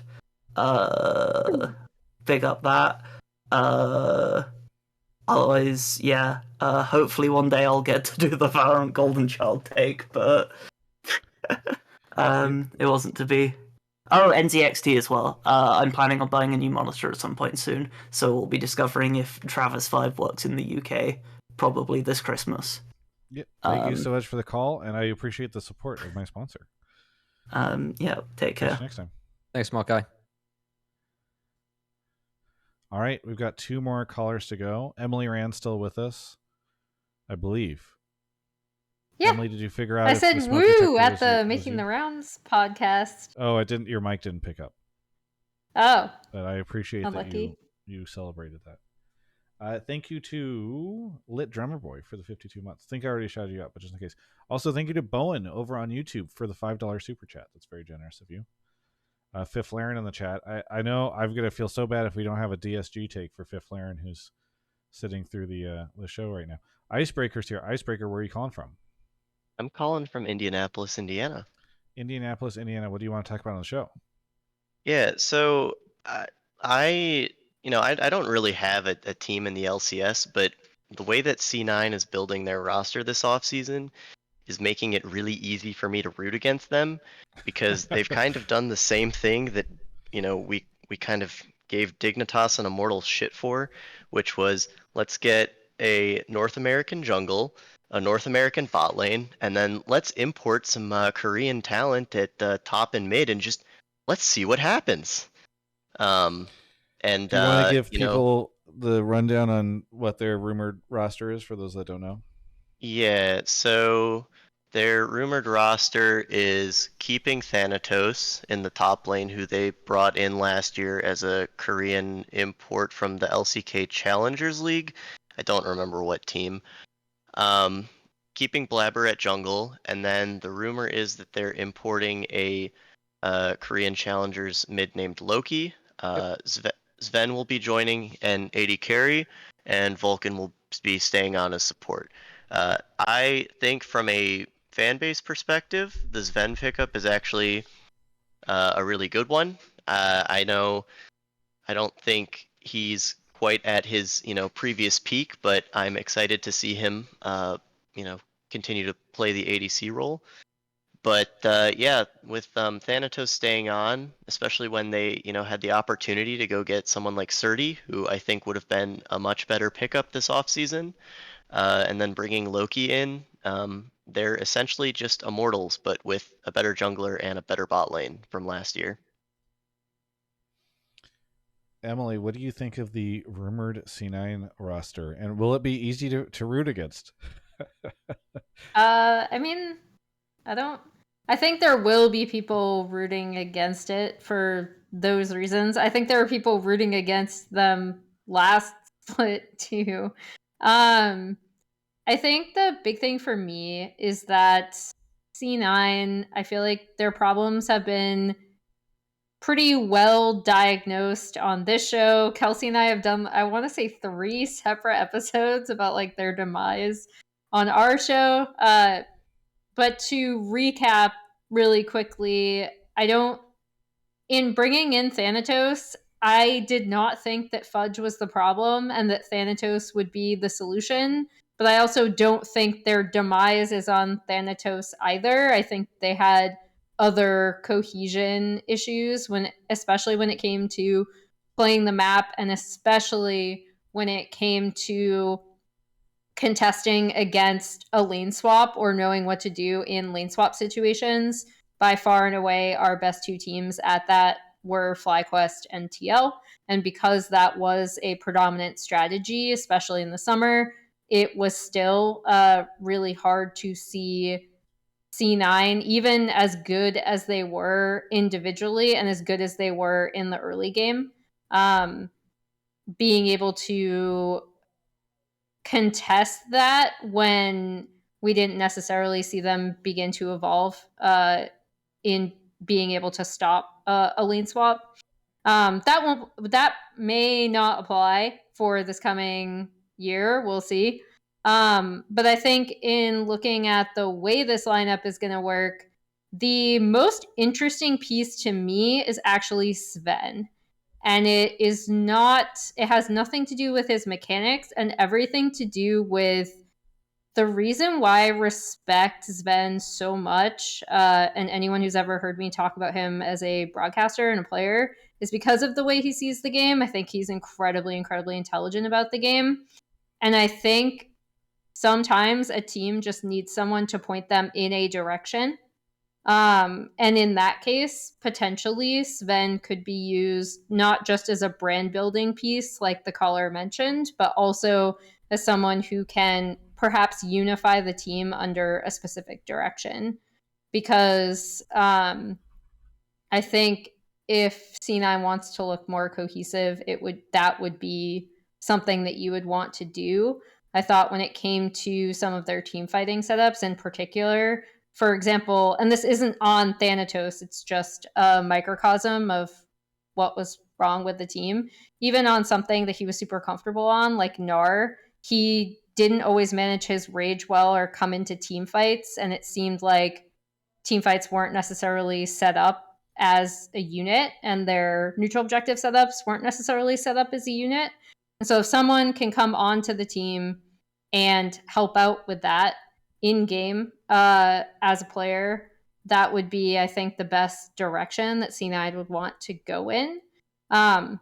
Loki is also an interesting pickup, but I see it as something similar to Thanatos. In fact, I don't even think he's considered as high in his position from when he was on HLE challengers to Thanatos, who, while on DK challengers, was considered one of, if not the best player in his role during that his time in challengers, right? So you're looking at another situation where it might take him some time to, kind of ramp up. And that's not to say we can't see that happen, right? We saw it happen most famously, I'd say, with Quid over the past year, right? Where he really, really struggled.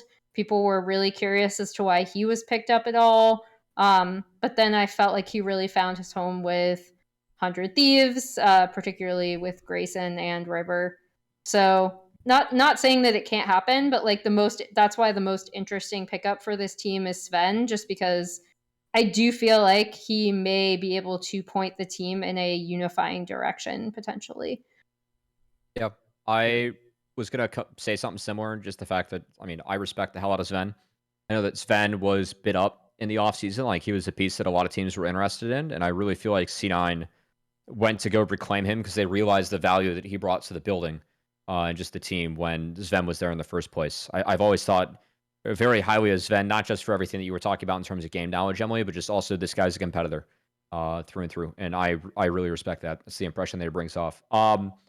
I think the one thing that's interesting to me is I think the way that Blabber plays jungle actually makes it a little bit easier to set up with laners that don't exactly speak the same language natively. I don't know how good the English is of Loki or Thanatos, but I feel like Blabber, jungle's changed a bit, but again, Blabber's going to play to be efficient in his own role and kind of dictate people to play around him more so than the other way around. That's always been Blabber's strengths, even though he's really rounded that out over time. I'd still say that that's always been like his big innate strength as a player. And the Blyver's Van Vulcan core had success in the past, so we'll see with this core if they can find more success. I went over some of Loki's tape, which was streamed. I didn't watch it all. Loki, I don't watch as much LCK challengers as I used to. Loki, to my understanding of the people that did follow the league, was not anywhere close to being the most hyped up mid. That was actually Saint that went somewhere else in the ecosystem, I think to Lion. And I really liked Pyongyang from the tape that I was going over, which wasn't Loki. But Loki looked serviceable, like okay. I would also say that he's a bit of a Yone merchant. So, but that again, this is just like really brief impression. I'll kind of let him come over and see how he acclimates and until I get a. What about my actual boy impression of the Zinni? player. Zinni's okay too. But yeah. Does anyone else find it funny, by the way, that C9 got mad at Jojo for reportedly like being late a bunch, and their new mid laner is a trickster? If you go back to the namesake, or is that just me? I think it's just you, Cubby, but Okay. I appreciate the attempt. Thank you. I was just gonna add. Oh, can I just interject something real quick? I was gonna say I thought it was funny when they picked up Loki because Thanatos and Loki are just two different Greek and Norse deities, and it's just funny that both of the Korean imports both chose the names of famous mythical characters, I guess. So for this roster, for me, it actually falls in the category of a lot of things with the LTA, which is like I guess I'll wait and see what happens. I am pretty bummed about Berserker leaving North America. That I got, I guess, confirmed as we saw the announcement at the start of the show. Yeah, and so. But I do really like Sven. Not to just repeat everything you guys said, but for all the reasons you said, I really like Sven. So I'm hopeful that this team can maintain like the C9 pedigree of being usually frequently a top 3. I think one thing that we haven't talked too much about is like what roster building looks like in a world where there's only 2 spots for Worlds, and how much more difficult it is, because frequently it's like, okay, we just got to make it to Worlds, and so you just need to be the 3rd best team. I think asking yourself to be the 2nd best team instead of the 3rd best team is there's a pretty big challenge there, especially when we have TL and Fly. We'll see if they can maintain their dominance, but that is one of the reasons why I think it is fair for C9 fans, if they want their team, the bar now is you have to be top 2, whereas it used to be top 3. And so if you want your team to be top 2 to feel good about it, then I don't know if this roster can do it. You kind of have to hope for something to go wrong on the FlyQuest or Team Liquid lineup in order to get these guys through.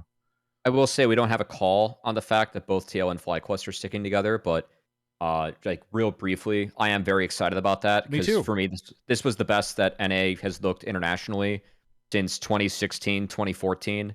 And the fact that both teams signed up to run it back in a year or 2 excites me. So, yeah. Dude, if this was a couple years ago, we would have just replaced at least one player on each of these teams with an exciting European player. Oh, for crazy buyouts. Yeah. A Korean player or something like that. Money being down feels so much better than that, Money being down is unironically, I think, helped a lot of teams from hurting themselves. And they just have to work with what they're given and solve actual issues instead of just playing the roster roulette. So, anyway. So funny. I'm curious to see what happens with the C9 roster. It is, look, icebreaker.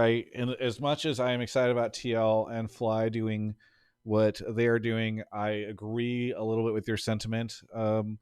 Overall, on on C9's roster construction, feeling a little bit like a cliche for themselves, but I am happy for Sven to go over there. So I think that's kind of, for me, the silver lining in terms of what happened. But I don't know. We'll see. I mean, Sven's obviously coming off a bit of a rough year, so we'll look into to the next year to see how he does. But anything that you want to shout out here at the end? Can I just add one little thing at the end, and then I'll do my shout outs? Yeah. Yeah, I think I come into it kind of the same thought as you of I think I'm just pessimistic, having seen so many, as you call them, boomerang players that they've brought in Loki and they've brought in Thanatos. I mean, I don't like their roster construction, but like the least they can do at this point is stick with them and develop, because I don't think, as you said, I don't think you become the second place team by just continually trying to cycle imports or cycle players or anything. I think you actually need to build the core, and if Sven can step up and be the leader and lead them, then yeah, it'll be an exciting roster. But if they do what we've seen, in most cases where this kind of roster has been constructed and these players, get cycled around and cycled out, I think, yeah, then it, all that I've said will kind of hold true. So, but for my shout outs, just shout out League almost being back. Not really, but almost. I guess the start of free agency.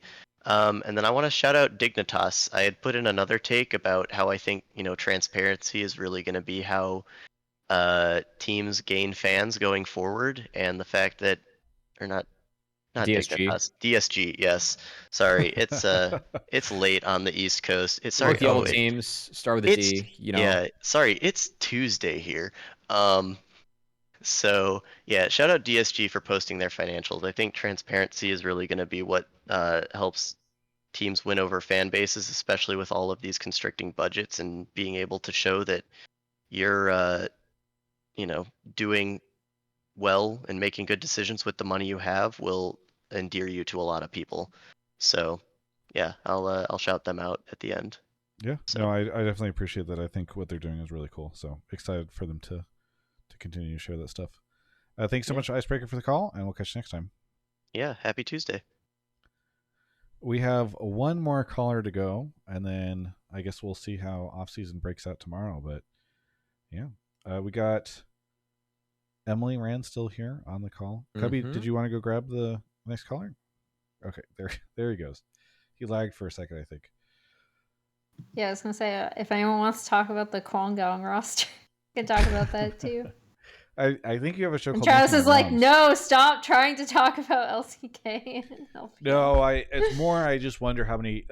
If I have seemed as though I've been trying to rush things along in this episode, it's only because I know people have been wanting off-season coverage, and I feel like I'm sure that there will be people that will be frustrated that we spent time talking about monetization models in esports across different regions. Yeah, so true. I think that's. I am kind of sad that that there weren't more like spicy off-season roster takes. It is kind of funny that I'm here for the off-season roster takes part 1 of question mark, only because, as you already know, Travis, I'm the worst person to talk to. Yeah, that's why I thought you were going to bail. I'm always just like, give me the actual rosters announced, and then maybe I'll talk about it, and probably not until I actually see them play. We're like nervous about like having to comment on something that wasn't announced or something. I thought that was another one of your No, it just doesn't interest me until I see the team play. I definitely accidentally leaked something. I'm so sorry. Yeah, it's not anything to do with But Emily, are you excited for Cuz for next year? Cuz is back. Okay. I actually thought Cuz got a bad rap. He did a bit unfairly. So yes. Yeah. So I actually am excited for Cuz. Before, real quick, I do want to give a huge shout out to PP Doc, who just gifted 10 subs on the channel. Yeah. And then Off Constantly, who for some reason, I just like instantly, I don't know what happened, but I'm just impressed how quickly they did it. Responded with 20 subs gifted of themselves. One of which randomly went to I'm a Cutie Pie. I'm looking at the list, which is just, I don't know how that happened, but I don't know if I'm a Cutie Pie is watching the stream. Probably not, but that is just very random. Okay. Thank you guys. That is incredibly generous. I think you probably tripled the amount of subs that we got on the show. Denholm is here. Denholm, where are you calling from? I am calling from Nova Scotia, Canada. Nova Scotia, Canada. I'm going to turn you up a bit too because you're a little quiet. What do you want to talk about on the show? Yeah, so my take was there's a rumored roster for Shopify, and supposedly Palafox is in mid in place of Insanity, which I think is an unfortunate decision.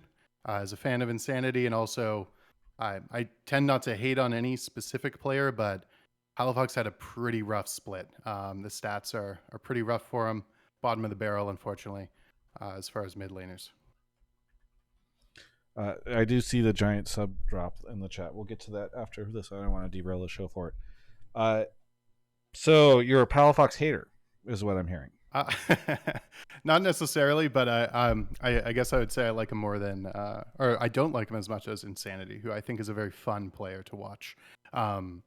Obviously, we saw some fun highlights. Like I don't know if anybody else remembers that Jin game with Insanity completely popping off and doing crazy stuff. And Scion mid, yeah, exactly. So we had some fun picks like that.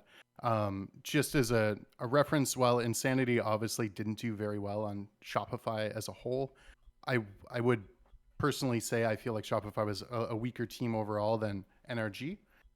So Palafox should have been set up for more success, but he honestly kind of just didn't play well. So I pulled some stats, and they're probably slightly cherry picked, but just on Oracle's Elixir, you can see like Insanity has better stats pretty much overall in almost all positions. And if you look at like gold difference at 10, XP difference at 10, KDA, like all these different stats, like Palafox is legitimately bottom of all the mids. Even looking at all pro voting, because I realize obviously neither one of these is really a great metric. But in all pro voting, the only mid laner who got no all pro votes whatsoever was Palafox. Didn't get a single one. Mask got more votes than him. No flame to IMT players, but yeah. How do you do the year before though? Oh, yeah, that's what I was gonna say too. I feel like the bet for SR is if they can get just a better, Palafox out of him, which we know exists, because he wasn't good last year. Yes. And I really feel like NRG were hampered as a team by their solo laners as a whole. That's why we didn't see the same energy. That and just didn't meld as well together like this last year. So that said, I'm kind of hoping that we get a little bit of a revitalization out of Palafox, because I do think that he has more to give. We definitely saw it in the Worlds run and 23 as a whole, where I feel like Palafox was pretty solid.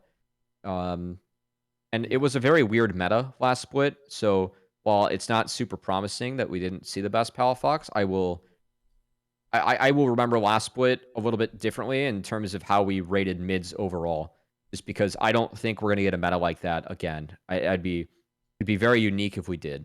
So yeah, I we'll pulled see. his top played champs for summer, and his top played champs, I lost the stats here, but I want to say it was Corky Yone and Azir, or Corky Yone Tristana. So it was a little interesting.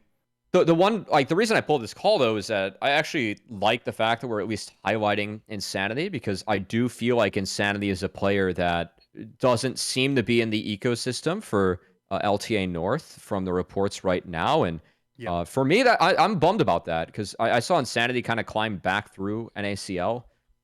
He was on 100 Thieves Next at one point, an amateur team. Like, he didn't have a spot anywhere in the system, made it all the way back to LCS. And do I think that he was the best mid in the league? No. But did he have flair that granted his team a lot of wins at times? And do I think highly of Insanity as a player? Yeah, I do. So I'm going to be kind of bummed with like Insanity not being in the league. Also, Jensen doesn't have a spot right now. I think that's a bummer too. So obviously the ecosystem is a bit different this time around. But of course, with at least in the North Conference, us having a couple less LCS teams, it is going to leave some players that are just from the outside looking in. And Insanity is one for me that not a lot of people are talking about. I also know that, like, personally, every once in a while I'm asked for my opinion. I was telling teams to consider Insanity at support to see if he'd role swap, just because I think he'd be a great voice to have in the room. And I actually think that that's something where he could excel, just knowing his mind, how he thinks about the game, and then the hands that he brings to the table too. I don't know if that's something that he's passionate about or not, but I was really trying to, he's someone that I feel like is a talented individual, knows a lot about the game, and I'm bummed to see him not get a swap. So, yeah. Yeah, I agree. Definitely more so a fan of Insanity than hating specifically on Palafox. It just felt bad because, like, obviously there's more to it. One thing to consider with Shopify is they do have contracts who probably wanted to stay with Palafox, which makes sense. But it is a bummer. Hopefully Insanity can find a team, or if not, maybe can play in tier 2 and relegate or I guess qualify into the league and climb back. Emily, you're suspiciously quiet on this. Are you also a Palafox hater? I am not. I like Palafox a lot, actually. Shout out to him last year. I was watching LPL VODs at, while I was, like, hanging out during, like, media day or, like, picture day. And when he wasn't filming, he was sitting there, like, watching LPL VODs with me. We were talking about mid lane matchups. It was a fun time. I respect Palafox a lot. For me, I think it's kind of already been covered in terms of why Shopify would want to go for Palafox, and it's you are relying on I would assume pre-existing synergy with contracts if you're also picking up contracts, and then B, you're hoping that this player is a lot closer to what he was during NRG's championship run and not his struggles last year. I actually think people are retroactively looking on his spring poorly when it wasn't all that bad, and he actually wasn't as bad as people say he was for the majority of the year. But his most recent performances were very, very rough. And from what it sounded like, I haven't spoken with him about this personally, so I can only speculate, but it definitely sounded like a confidence kind of thing. So I would hope that if that is the case, Shopify would have staff to be able to kind of help out with that. I know, like, people were joking about how Tanner going over to FlyQuest was such a benefit to their coaching staff, but also I know people had previously joked around about him being the Palafox whisperer when he was on NRG's coaching staff. So maybe they find someone like that, or maybe he can regain his confidence back. I'd like to see it because, like I said, I like Palafox a lot. On the other side, I also like Insanity a lot, and I think it'll be really sad if he doesn't have a spot because he's so willing to do like all like I know people see him as like the wacky picks guy, and I think it kind of underscores how willing he is to also play to the meta and just kind of do literally anything his team asks of him in terms of what they want their play style to be. Whatever they ask of him, he will do. He will practice that, he will prep, and he will do it. And there are so many teams that could just benefit from someone who is that willing and that flexible. And I think it is sad that more people aren't talking about him, because I personally will be very sad if he cannot find a team. Yeah, I agree. Yeah, I liked a lot what you said, Cubby, about the idea of maybe him going support. I think that was it was pitched to him in the past. I know that in that offseason that he ended up going to 100 Thieves next, there were people like it was pitched to him. I don't know. I haven't talked to him about it if he wants to do it or not, but I will say that the support pool has been pretty static in NACL, and if you talk to GMs, they'll say it's struggling. I mean, I think that's part of why we have Seos like having a 175K buyout, which I think is absurd for this offseason. I don't think that's a great use of money, but I do think it's part of the support pool. Also, I think that a lot of buyouts in 2024. I know. I also think that a lot of people aren't looking at the right supports. Shout out to Parth, who is running a Cyto Combine, and the two supports I recommended to him, he ended up taking in the top 10 to LA. They deserved it, but Cryogen and Mixture. Mixture wasn't even applying until I made sure they did, and he made it. Both those guys are really good, and I feel like those are two players that are more of the future support in the region, hopefully. But that is a tricky role because it's one where you do need experience if you're going to play at the highest level, and a lot of people aren't willing to give people enough time, and that is one way to cheat it by having a role swap and trying to experience success that we have seen a lot of players experience when they go to support. So yeah. I will say really quick, he played 16 games in summer, 1 game of Aurora. The rest of them were ADCs. Corki, Lucy, well, maybe not Corki, but Lucian, Zeri, Draven, Tristana, Jhin, and Ezreal. So you never know. Although I don't think there's really many openings in the ADC role. Hey, thanks so much, denholm, for the call. Anything you want to shout out? Yeah, I want to shout out you, Travis. Thanks for running the show. You do a lot for the community and league as a whole. Appreciate it. Everybody else that comes on, Cubby, etc. NZXT, I've actually got a NZXT H7 case sitting 6 inches from my face, and 12 inches away, we've got a Kraken AIO cooler, which looks really nice. So both those really good, really solid. Would recommend. Thanks. Awesome. That's very generous of you. Thank you for saying that. But yeah, thank you so much for the call, and we'll catch you next time. All right, see you. All right.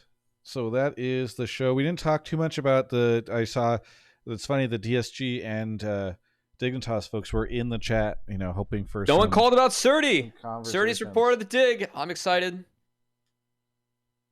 Emily, is there any rumors that I know you said earlier that you only care about when the rosters start playing, but is there anything you heard that you got excited about in the LTA in Latam? I'll bring this more to a global take, but I'll also mention I literally said like in what Latam. Cubby said. I think it's interesting that both TL and Fly are running back their lineups. I think it's something that you may see happen across other major regions as well, specifically with BLG is like tentatively rumored to be keeping their lineup, as is T1, which I think is interesting. So yeah, I will be curious to see how many teams stick with like 4 of their 5 players or all 5 of their players. But I think for both FlyQuest and TL, it absolutely makes sense. These were the 2 best teams, and more importantly, I thought they consistently pushed each other throughout the entirety of the year, right? Which is something that was really awesome to see, and I think ended up paying dividends at Worlds with FlyQuest's performance against Genji. So yeah. I think that's cool. And it also makes sense, and I guess in a world where salaries are dropping, it's also a byproduct of that. Yeah. No, I think that is all very true. I really like the roster stability, like as much as I don't know if I'll end up putting out the video now, but I was like, I think it is so nice that off season has been fairly boring, because normally the spiciest stuff is happening at the highest levels of the league, and the highest levels of the league are not changing at all, allegedly, on FlyQuest over and Team Liquid. And I think that is, for me, that is exciting, because for a long time I felt as though we had too many musical chairs. So really appreciate you coming on, Emily, as an impromptu guest. Yeah. For the Thanks, evening. Emily. I think it's been Just really hung. fun. Cubby, do you want to go? We'll do a round of shout outs and plugs. What do you want to shout out or plug, Cubby? Shout out to everyone who dropped the crazy amount of subs earlier. Shout out to NZXT, our partner. Emily, thanks for coming on. And shout out to anyone and everyone that had a hand in the LPL broadcast throughout its tenure. I started to tune into LPL once Deft went to EDG. And while I usually watched LCK over it, I will miss the fact that I don't have an official stream to go to. Shout out especially to the casters who worked on that product. I really feel for you. And shout out to my old professor at Miami, Ohio, Phil Alexander. He lost his battle to cancer the other day. We had a few students that came together, worked with his wife to send him an e-card and voice memos. And yeah, Phil helped co-found the Varsity Esports program. My backup keyboard is one that he gave me. I don't know if he was supposed to do that, but he did, because that's who Phil was. He was a great professor. He would eat lunch in the common area. Anyone could join him. He had me lecture a class because he felt like I was more qualified than him. It was about esports and leagues at the time as we were building that up. And yeah, he was a really great educator that had a big impact on me. And I don't think I'd be in this seat without him. So yeah, shout out to Phil in the Miami, Ohio esports program. I know it's really tough for the students that are still over there. And fuck cancer. So I'm sorry, Cubby. That's it's a nice shout out, though. I think it's cool to hear. The way that this person impacted you and supported you. So, all right, Emily, what would you like to shout out or plug? It's a tough follow up. Yeah, sorry. No, it's fine. Please don't apologize. Yeah, I mean, shout out to you all for having me on the show. It was fun. Hopefully this coming year I'll be able to come on more. Shout out to everyone who did work on the LPL broadcast. It's a really special league to follow. Like I said, it requires a lot more effort. And I just am really grateful for the community of people who were already there when I started following it, and then who so graciously welcomed me into becoming an LPL enthusiast, and also for all of the friends I had on that broadcast, people who got their start there, etc. I'm still sad that we're losing it, and I hope everyone finds a new home, regardless of whether that is on an esports broadcast or not. It's just really, the whole thing is very, very sad to me. Yeah. I'll echo the shout out to the LPL broadcast. I mean, it's been really cool working with Nymera and Jamada over the World's season, I guess, to have them on the show, and it was cool to hang out with them in London. I know that they represent a fraction of the really awesome people that have worked on LPL English in this past year and even many years before. So sad about that. Really frustrated with the way that Riot disrespected them in the announcement stuff in particular. And then huge shout out to I this was during the last call, so I couldn't address it, but as I said before, PP Doc gifted 10 subs, Off Constantly dropped 20, then Ixbix came in and dropped 100, and then Hobnobbin gifted 5, and I think between all of them they increased my sub count by about 20%, which is really appreciated, because I think it's funny in that in many many other creators, November and December are like huge months in terms of revenue, as you get like holiday ads and all that stuff. But I think, unfortunately, just because it's the esports off season, it's kind of the opposite for me. So really appreciate all the support from the people who do sub, or if you become a member over on YouTube, that's always really cool as well. So thank you everybody for the direct support. For us, we'll see. I should have a couple videos coming out this week, and then we'll be back next week for our pre-holiday episode. We might skip the second because that's right after the holiday, and so we'll see. Cubby, you're going to be on the road next week, and so we'll have you. Yeah, my setup wasn't the best when I was on the road, but I have the gear to have a decent setup this time around if we are on the road. At least I think so. I got to test it, but it should be a little bit better. So thanks for everyone that's sticking with us on that, and hopefully we get some, interesting offseason news. It feels like everything is pretty much covered, but I know DSG is still filling slots, and I think Dig isn't fully reported on yet. So I think there's usually we'll another see. wave of conversation once stuff gets fully out For there. sure. So For sure. I think we'll be able to go even roster by roster and kind of talk about it. So next week's episode should be really fun. Sorry, folks, for the negative start, I think, to this episode. I think there's just a lot of frustration about the LPL stuff. So rightfully so. I know it's less of the big fun off-season episode. Maybe we'll get that next week. So thanks, Emily. Thanks, Cubby. Thanks, everyone, for watching, and we'll catch you next time.